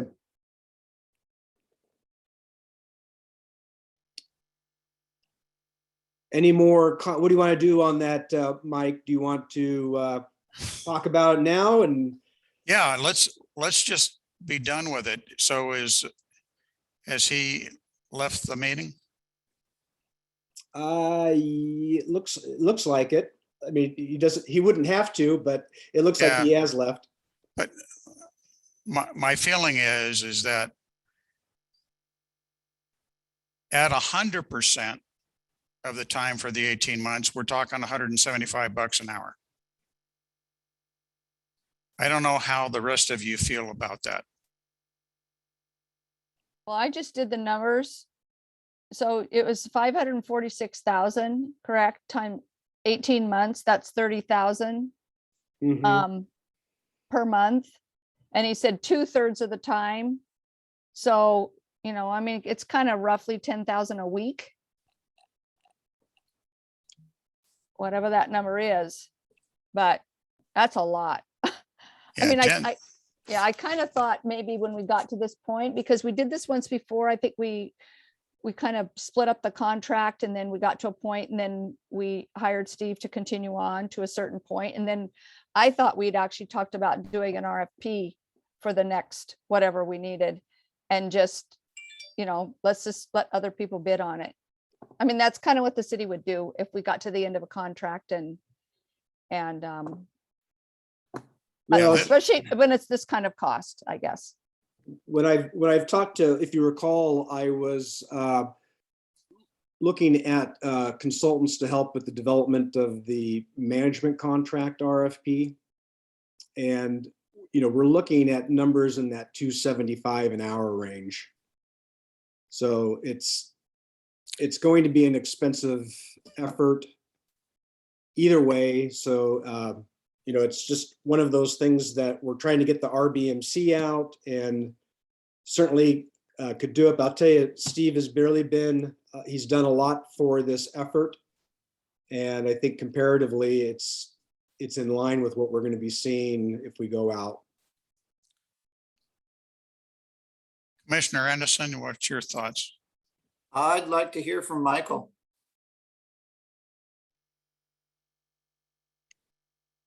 Yeah, I'll say that I've worked with Steve for a long time, but I've never met anyone that does what he does. He has a legal background. He's gone through law school. He's been part of major infrastructure projects all over the Portland metro area. He's good on the finance side. He's good on the governance side. He's good on the legislative side. It is a lot of money, but that's the ball game we're playing in. And if you did his math for his hourly rate, I would suggest it's significantly less than most law firms. And much of the work, or some of the work here, is going to be the equivalent consultant, call it that, would be a law firm. It would be very difficult to switch horses now, given the irons in the fire with the different legislative councils, with the connection to financing, the need for traffic and revenue studies, and how to pull together the financial strategy for this. So I recognize it's a lot of money, but I also believe, and I believe this strongly, but he's by far, I would say, the best positioned consultant to help us out here. Arthur, your thoughts?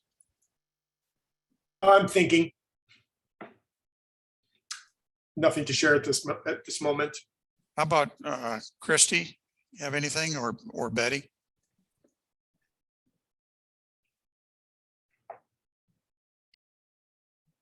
So go ahead.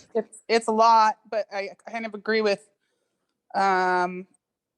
Michael in that if we change directions and go look for someone else and go out for bid and all of that, then that's time, and we don't know, and then we're gonna have to get the new person up to speed, and which will take time. So I'm torn. I wish it was a little bit lower and I could stomach it better. Betty, any comment?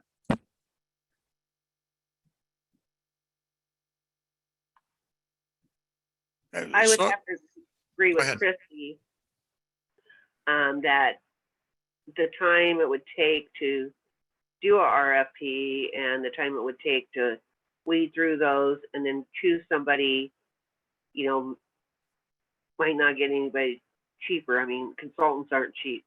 They specialize. And, you know, I do wish it was lower, but getting that person up to speed would take time as well. And from what I'm hearing from everything else that we've talked about, time's not on our side. That's my opinion. Let me play devil's advocate a little bit and just throw out the thought that when you bring someone new in, you get a new perspective and new way of looking at things. Yes, I understand it takes time to get someone up to speed. There's an argument that people make that you should change your auditing firm every couple of years because you've already learned everything you can from that auditor, and someone new may have a new way of looking at it. So let me just throw out there that there may be some hidden benefits to putting this out for bid.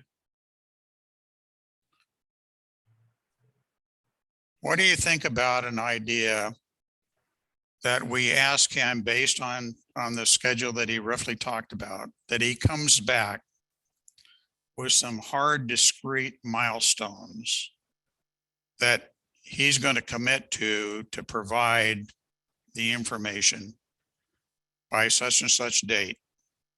And we scatter those milestones over the 18 months. And not all of them are on month number 18. Some of them are month 3, 4, 5, and so on. And we start really watching, we watch this thing very closely. And if we hit the milestones, that's good. If we don't hit the milestones, we ought to have a clause in his contract that we can terminate at will. But I would really push that we need some real hard, distinct deliverables that we expect from him if we're going to spend this kind of money. Now, these milestones are he to submit this, not so much the legislators agree to this. We can't hold him responsible for something that is outside of his control, but we can hold him responsible for something that is in his control. And if we see, to Arthur's point, that things aren't getting done, we go ahead and look in an alternate path and get somebody else. It sounds like you're working a different problem. My problem, I wasn't addressing the question of getting things done. I was addressing getting different perspective on it. Mhm. I'm less concerned about needing to have a performance-based targets that you're describing. I mean, that's certainly a valid management strategy and technique, and I can see setting that up, but that doesn't address the question of are we getting a different perspective, and especially with regards to how to approach the legislature and how to approach the financing. Well, another way that we could do this, we set this up, we go ahead and give them this extension with the ability to terminate if we decide we want to do that. Let them get going on it. And I'd really like to see us have some progress milestones so we can see how we're doing. But if we really feel this, we can have another discussion on it. If we really feel that it's worth having another fresh set of eyes take a look at our approach, nothing to say we couldn't go out and hire somebody to do a 2-week, 3-week evaluation of the approach. Yeah, I think you're right in that there are several different aspects to this job, and the idea of advancing this at the legislature, I'm fine with extending the contract to have that task taken care of. When you look at some of the financial milestones, I think we might benefit more there from someone else or some other perspective. But I'm not saying that I would insist that we get someone different on it. I just think there's an argument to be made that we could benefit. Can somebody update me on his role with the legislature versus with Kevin and our lobbyists? It sounds like we've already got our language designed and our lobbyists are running this. And We've been on lots of meetings about it. What value is he adding to it from here to the endpoint? So the one element that he did bring up in his presentation was the budgeting element. So that was a post, I guess, first draft element that came up. And I would say that the element that Steve brings to this process that the lobbyists and myself don't bring, and that's a technical understanding of the laws in both states. And so Steve is evaluating those issues, trying to figure out how to come down the middle. If there's a technical question, and there have been, Steve is the one that is meeting with the legislative council to work through the issues so that it makes them feel comfortable and confident about the way that we're approaching this. And then we triangulate with the other state government affairs folks to make sure that there's good communication about changes in one state and that the other state is coming along on their legislative council side, just to make sure that we don't run afoul on anything that might surprise us. And Steve's really been I would say, masterful in being sensitive to the issues of both states. He knows what they are and is able to leverage our government affairs folks to make sure that a product comes out that has support on both sides. And haven't we gotten past that? I mean, we're getting ready to run legislation in Washington. So it sounds like that part's over. I'm looking for the next part. Well, what I would say, I've been cautioned that once it actually gets into the session, everybody is going to start pecking holes at it. And so, for example, there's some interest from other special districts, let's say, as an example, school districts or other districts that maybe are close to the border, where there might be interest at a local level on both states, having some interest in other types of special district activity. Obviously, that's not our interest, but those are the types of things that as issues come up, Steve can bring it back to our issues and the law. And he has a good way of just being able to understand those rules as they come up. It's not over. I mean, once the other special interests and interest groups during the legislative process catch wind of the bill, that's when there's going to be additional attention brought to the bill. And it's going to be important that we have somebody with Steve's background that can triangulate and make sure that if there's a change in one state that's coming through the legislative process, that we can coordinate with the other state and make sure it's not a dead end. So we're really just at the beginning process of this, Jake, and we've done a lot so far, but it's teeing it up for the actual legislative session that could be really, really interesting. We don't want to go into that legislative session and not have the individual that helped craft this ready to send out to talk to legislators. I guess my other thing is looking at it in terms of sideboards, in terms of time. If you give me an unlimited budget, I can find a full-time job with my time. If you tell me this is how much I have to work with, and it's not $500,000, it's $200,000, I'm going to have to pick my battles and be a little bit more conscientious of that value of time, I guess is what I'm getting at. Yeah. is, I'm looking at what we have available in terms of dollars and cents, and this is a big chunk. Right.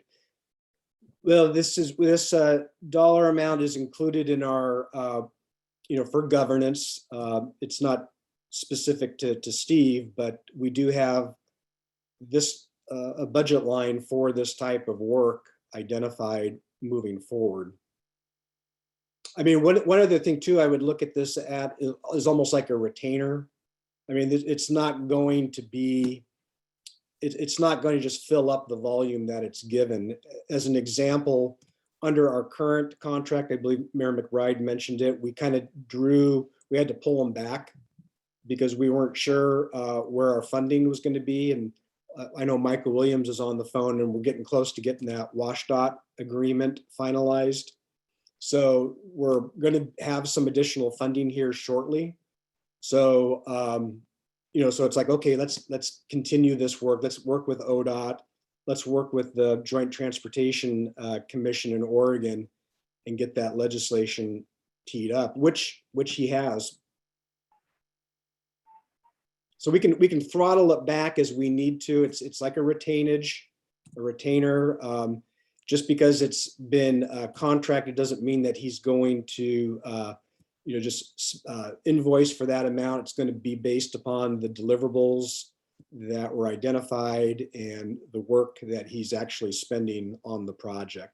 If we go through and we don't get any comments, then there won't be the need to activate Steve into these legislative meetings. But I know that during the House Bill 2017 effort, Steve was very engaged in meeting with the legislature and legislative staff to get that legislation approved. What ability do we have in the contract to terminate at will? Most of our contracts have that language. Our amendment refers to the original contract, so that'll be easy enough to bring back up. And the way we pay him is on an hourly basis for work performed? That is correct. Yep. So he has to give us a timesheet and a list of activities that he accomplished. Every month. Every month. Okay, Yep. So who reviews that invoice? So I review that invoice. Okay, and you approve it? Correct. Okay. Yep, Michael and I both get it. I review it. If I have questions, I contact him. We make any needed adjustments, and then I sign it. It goes to finance. Does this give him any kind of raise from his previous contract per hour?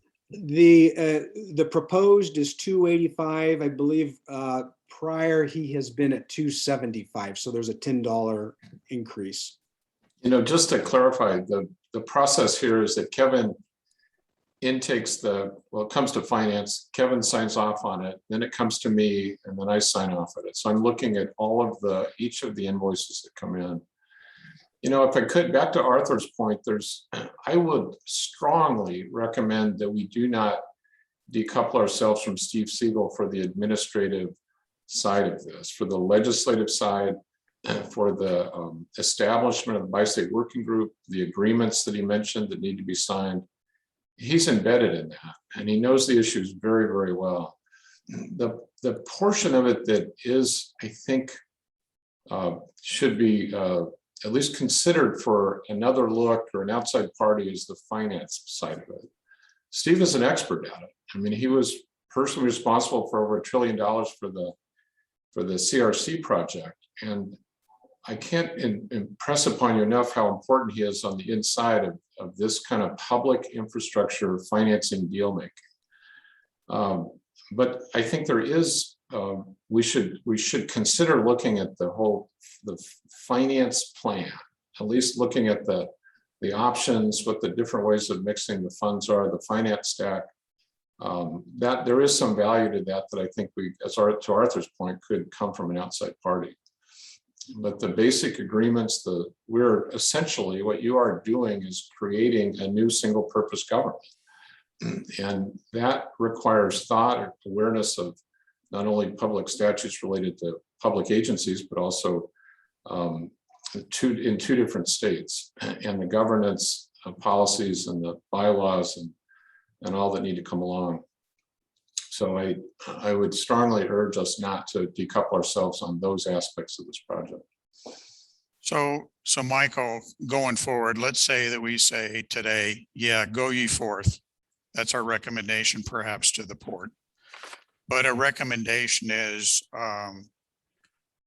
go forward with the total scope today, with the intent that we want to look at this whole funding piece, and we may elect down the road to take that piece away from them. Yeah, That makes sense? that could work. We might just hold off on that. We might be able to look for, like someone said, a 2-week, have some, well, 2 weeks, have someone else take a look at it, give us their thoughts, get another perspective. Then we may continue on with Steve, or we say, no, we're gonna go in a different direction on that part. Yeah. I agree with that last kind of go around there with what you suggested, Michael and Mike. Okay. So let me see if I can restate it, and then we have maybe a last discussion on it. The idea is that we go ahead and proceed with Steve Siegel as proposed. The contract is for the entire scope of work that we described. With the ability down the road, we can pull out a piece of that scope of work, i.e. the funding scenario piece, that we may elect to want a second party to take a look at it. We make sure that the contract can be terminated at will. It is for the 18 months for the total scope. And we want Steve to come back with a list of deliverable milestones over the next 18 months that he's going to be working to, that we can also look at gauging progress. In my mind, that was a good summation. I think one thing that we should and can do is be more task oriented with the work, how Steve is deployed, so that our commission and the Bi-State Working Group know, here in the next 6 months, this is the objective, here are the documents being worked on, prepared, that sort of thing. And there's a constant look ahead, and everyone can say, yeah, that's the priority, or that's what needs to be done by when, or not, and say, let's pull back on this or hold on something else.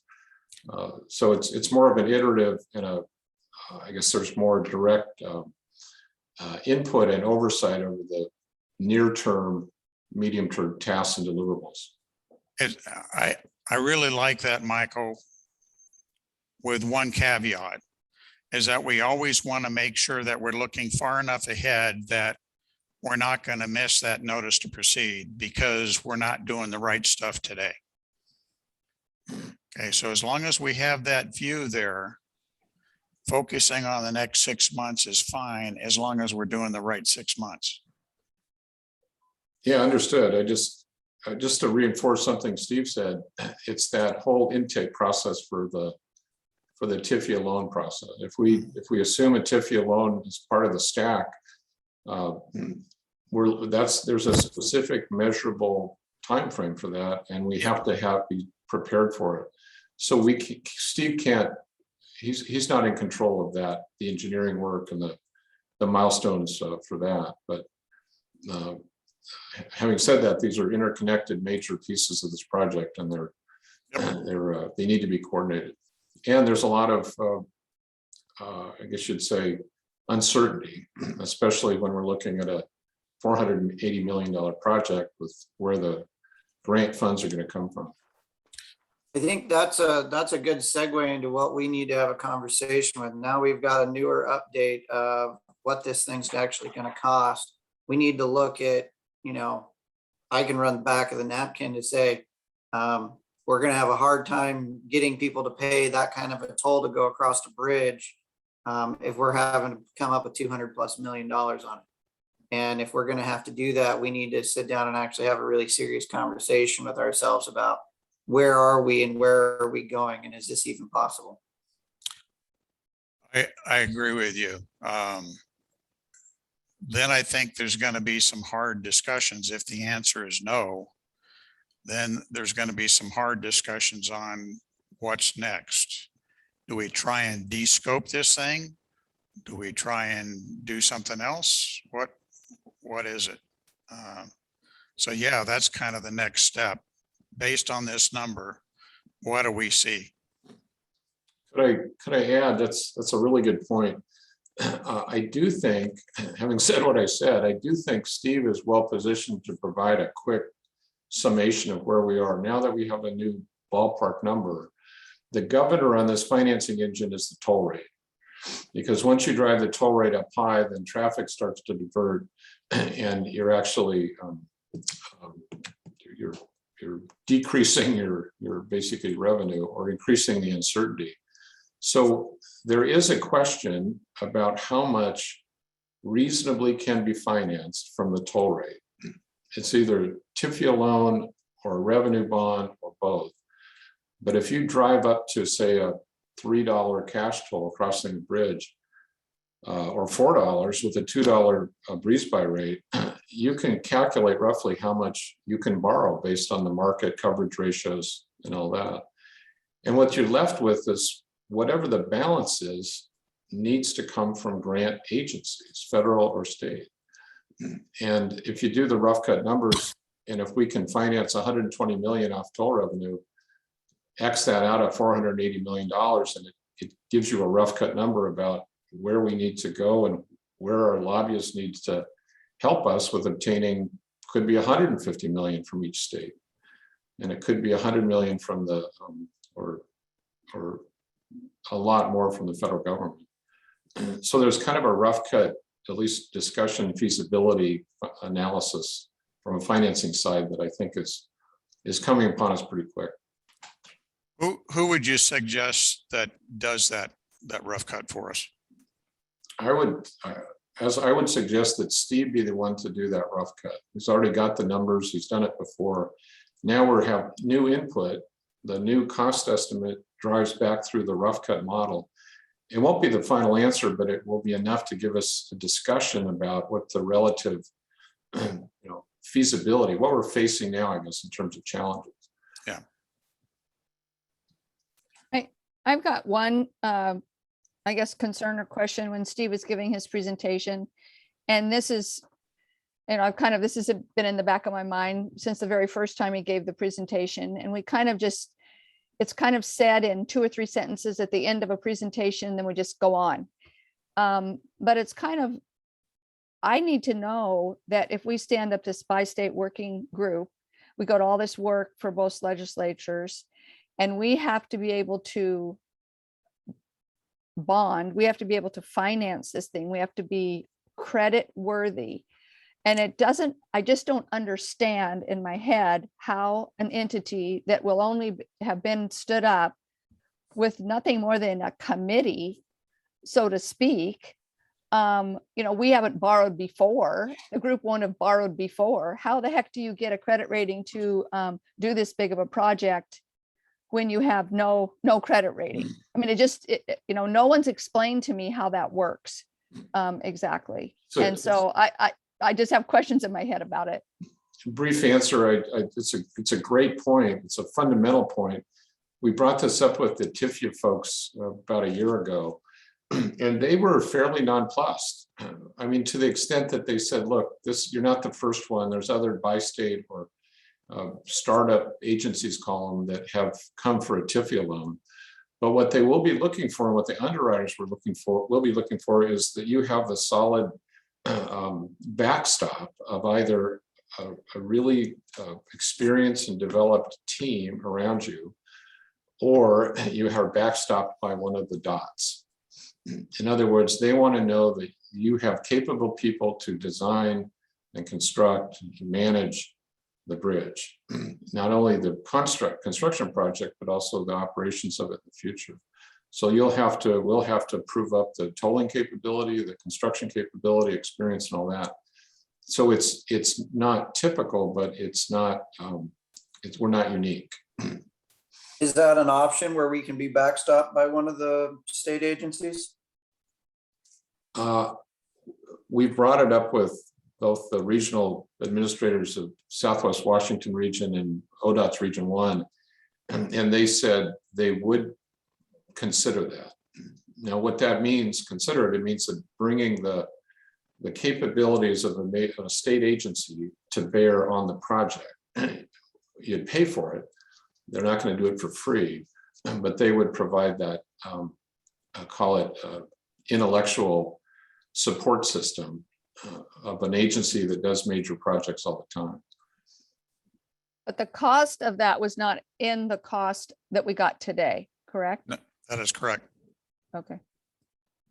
Well, it would be, I mean, I'd have to think about it a little bit more, but it's rough cut, it's in there, because you're basically hiring their engineering capabilities, your construction management capabilities, project management capabilities, and it would effectively displace RBMC and the RBMC's role in the construction element, construction oversight. Yeah, it was included in the programming side. So I'm generally comfortable with having Steve Siegel continue with the governance work. I share Commissioner Anderson's questioning about how there's $363,000 left, given where we seem to be in this process. And then when we talk about the financial side of it, this rough cut, as I think you called it, that might be the exact place where you could bring in an outside party to take a look at it with fresh eyes. It's a very controlled question that you're asking. I understand that Steve would be able to do it very quickly, but I also think someone from outside could probably do that very quickly. That might be a good place to get someone to come in and look at where we are, what our options are. I would recommend both. Steve, he's got all the numbers. We input the new estimate. He can have that within a week. And that just gives us something to talk about and understand what the issues are. And then we have something we can turn to another party, an outside party, to have them look in on it and get that new perspective. I like that. I think that's a great idea. Mike, could I say Yes. something? Sure. I'm a little uncomfortable that we're discussing this with so many other people on the call. You know, this really seems to me like it's something that should be discussed with just the voting members. Yeah. Just my opinion. Yeah, I don't disagree with you. I just didn't know how to do that today. You know, it's a public contract. I think you're on good footing. Grounds. Yep. Yeah. Okay, do we have approval to go ahead and take from the bi-state working group into the port this particular discussion as a recommendation? Thumbs up, please. 1, 2, 3, 4. Betty? 5. Okay. Thank you very much. Let's move on to the next topic. All right. I think most of our big issues have been dealt with. I'm just going to zip through these final items. The grant agreement progress. Michael Williams is on the line, and WashDOT has been great to work with on our grant agreement. You'll notice in the packet there were 2 attachments or exhibits to that WashDOT grant agreement. And so I have been meeting with the procurement officer from WashDOT. Those comments from WashDOT have been sent to Port's legal counsel. I'm awaiting to get comments back from them. If I can get those back in the next day or two, my hope is to get that in front of the commission next week from tomorrow. That might be a pretty lofty goal, but that's what I'm going to shoot for. And if not, we'll get it approved first meeting in January. Michael Williams, do you have any comments? All I was going to say was that I've been working really hard on that and trying to get it back to you. You should have comments back by, I hope, tomorrow. I've been kind of pushing pretty hard on this when you sent it to me, or you sent it to our procurement officer last week, and we've reviewed it and sent it back to him. So I'm just waiting from him. Great, Michael. Thank you for all your help. So moving on, unless there's any other questions. Tribal compensatory agreements. Did meet with Federal Highways and ODOT last week. I had my first phone call with the Nez Perce attorney that will be heading up the negotiation with Federal Highways. And so I was able to give this new individual an update on the project. And so we're going to be scheduling in January with the Nez Perce. And so we are looking at including additional budget authority with the WashDOT funding to get some assistance from WSP to help with graphics and any other information that may need to be backstopped for those negotiations. So I think that we are making a good progress there. Still need to get the Yakima, Warm Springs, and Umatilla on board, and I've been calling them about twice a week to get on their calendar in January. Replacement bridge management contract. So Rob Watman is here. He and I talked early last week about the RBMC RFP. Rob instructed me that ODOT would like the document to be modified and to fit the ODOT procurement template.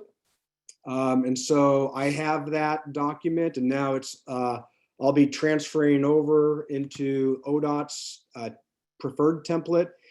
One of the questions I had for Rob was, well, why can't that document simply go to the DOJ for their review? And my understanding was that if it doesn't fit the template of ODOT, then it's like them reviewing an independent entity's document. So I've been instructed to do that. I don't think it will take that long. If I can get a good 6 hours, I should be able to do that and get that back to ODOT. So Kevin, we're not changing the intent or what I call the meat and potatoes of what we want the RBMC to do. We're just putting it into a different template, different format.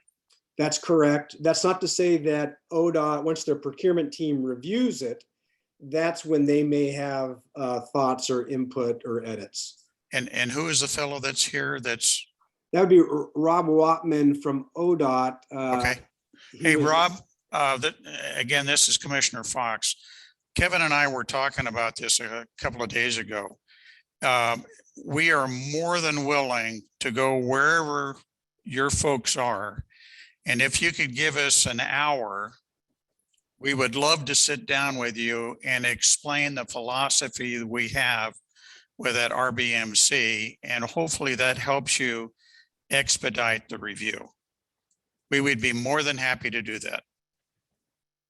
Yeah, I mean, that's probably possible, especially with Zoom calls and such. So, I mean, I guess it depends on if your RFP template fits easily with the ODOT template. If there's some major changes, if it fits like a glove and all you're doing is adding, putting a number here or that, then we would talk about, but yeah, we would still love to just come down and spend an hour with whoever's going to review this and talk to them about what our intent is and what we're trying to do here. And if we could set that up for the first week of January, we'll go wherever you want us to go. Yeah, I think everything's still virtual for now. Okay. I mean, we do have a state opening. We can do that too. Directive too. So, hey, Commissioner Fox, I think you and I chatted on this, and Rob and I certainly did. Frankly, ODOT just simply doesn't have that many owner's rep project management contracts because they have the agency supporting them. And so, exactly. So one of my concerns and requests from Rob's boss, Sam, was that, hey, if we go through the effort of doing this conversion, are you going to review it? Because what I wanted to really do is to go through the effort and realizing that this is an extremely unique situation that we're all confronted with, and that we really want to have this partnership with ODOT moving forward. And so Sam and I did have a subsequent conversation, and he did give me certainty that the Region 1 will be working with us to make sure that we can get a usable document at the end of the day. So just moving forward there, I think we did have a wonderful meeting with the Hood River County ACT members and the bi-state working group members on the Oregon side, met with the ACT members. Michael McElway met with the group. I believe that was what, Saturday morning or Friday morning, Michael? Yeah. But great testimony. There were letters submitted to the Oregon Transportation Commission, a copy of which was included in the packet. The ACT is on notice. They know what the milestones are going to be in the next month. And I anticipate that there will be more interest as we move forward. I would just close by, I got a call from Mayor McBride after that saying that she had been reached out to by, I believe it was one of the television stations. And you gave a quote, Mayor, and I don't know if I saw it on TV or not, but it's nice to see that the metro area at least got word of it.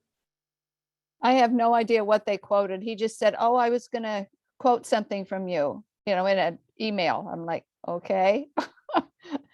I didn't see it either. So I'll be tracking the ACT progress and the RTC process. So thank you everybody that was involved with that. If there aren't any other items, our next meeting is scheduled for January 10th. And Kevin? So, yeah. I had one item quick to bring up when you get a chance. Yeah, I'm done. I just want to recognize Betty Barnes, Mayor Barnes. In some ways, I feel like you're the pioneer, you're the originator of this group. And if I understand correctly, there's a rumor you may be retiring from your mayoral duties. Is there any truth to that?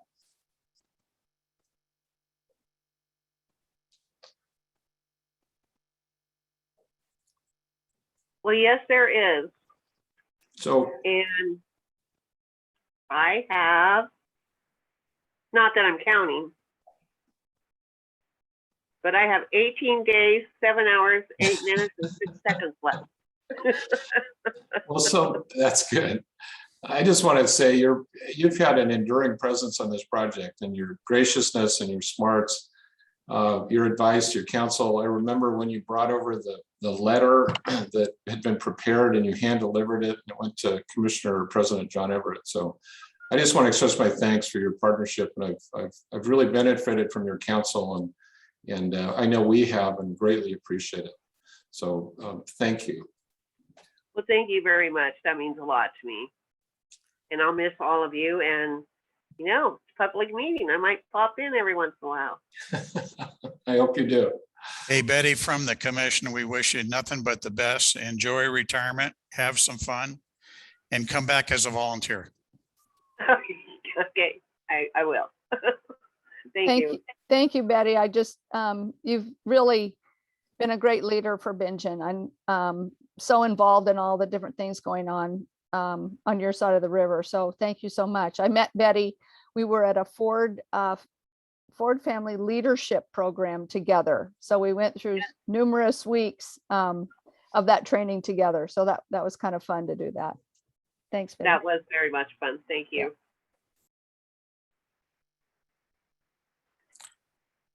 Okay, Kevin, are we I'm ready good. to adjourn? I'm ready to adjourn when you are.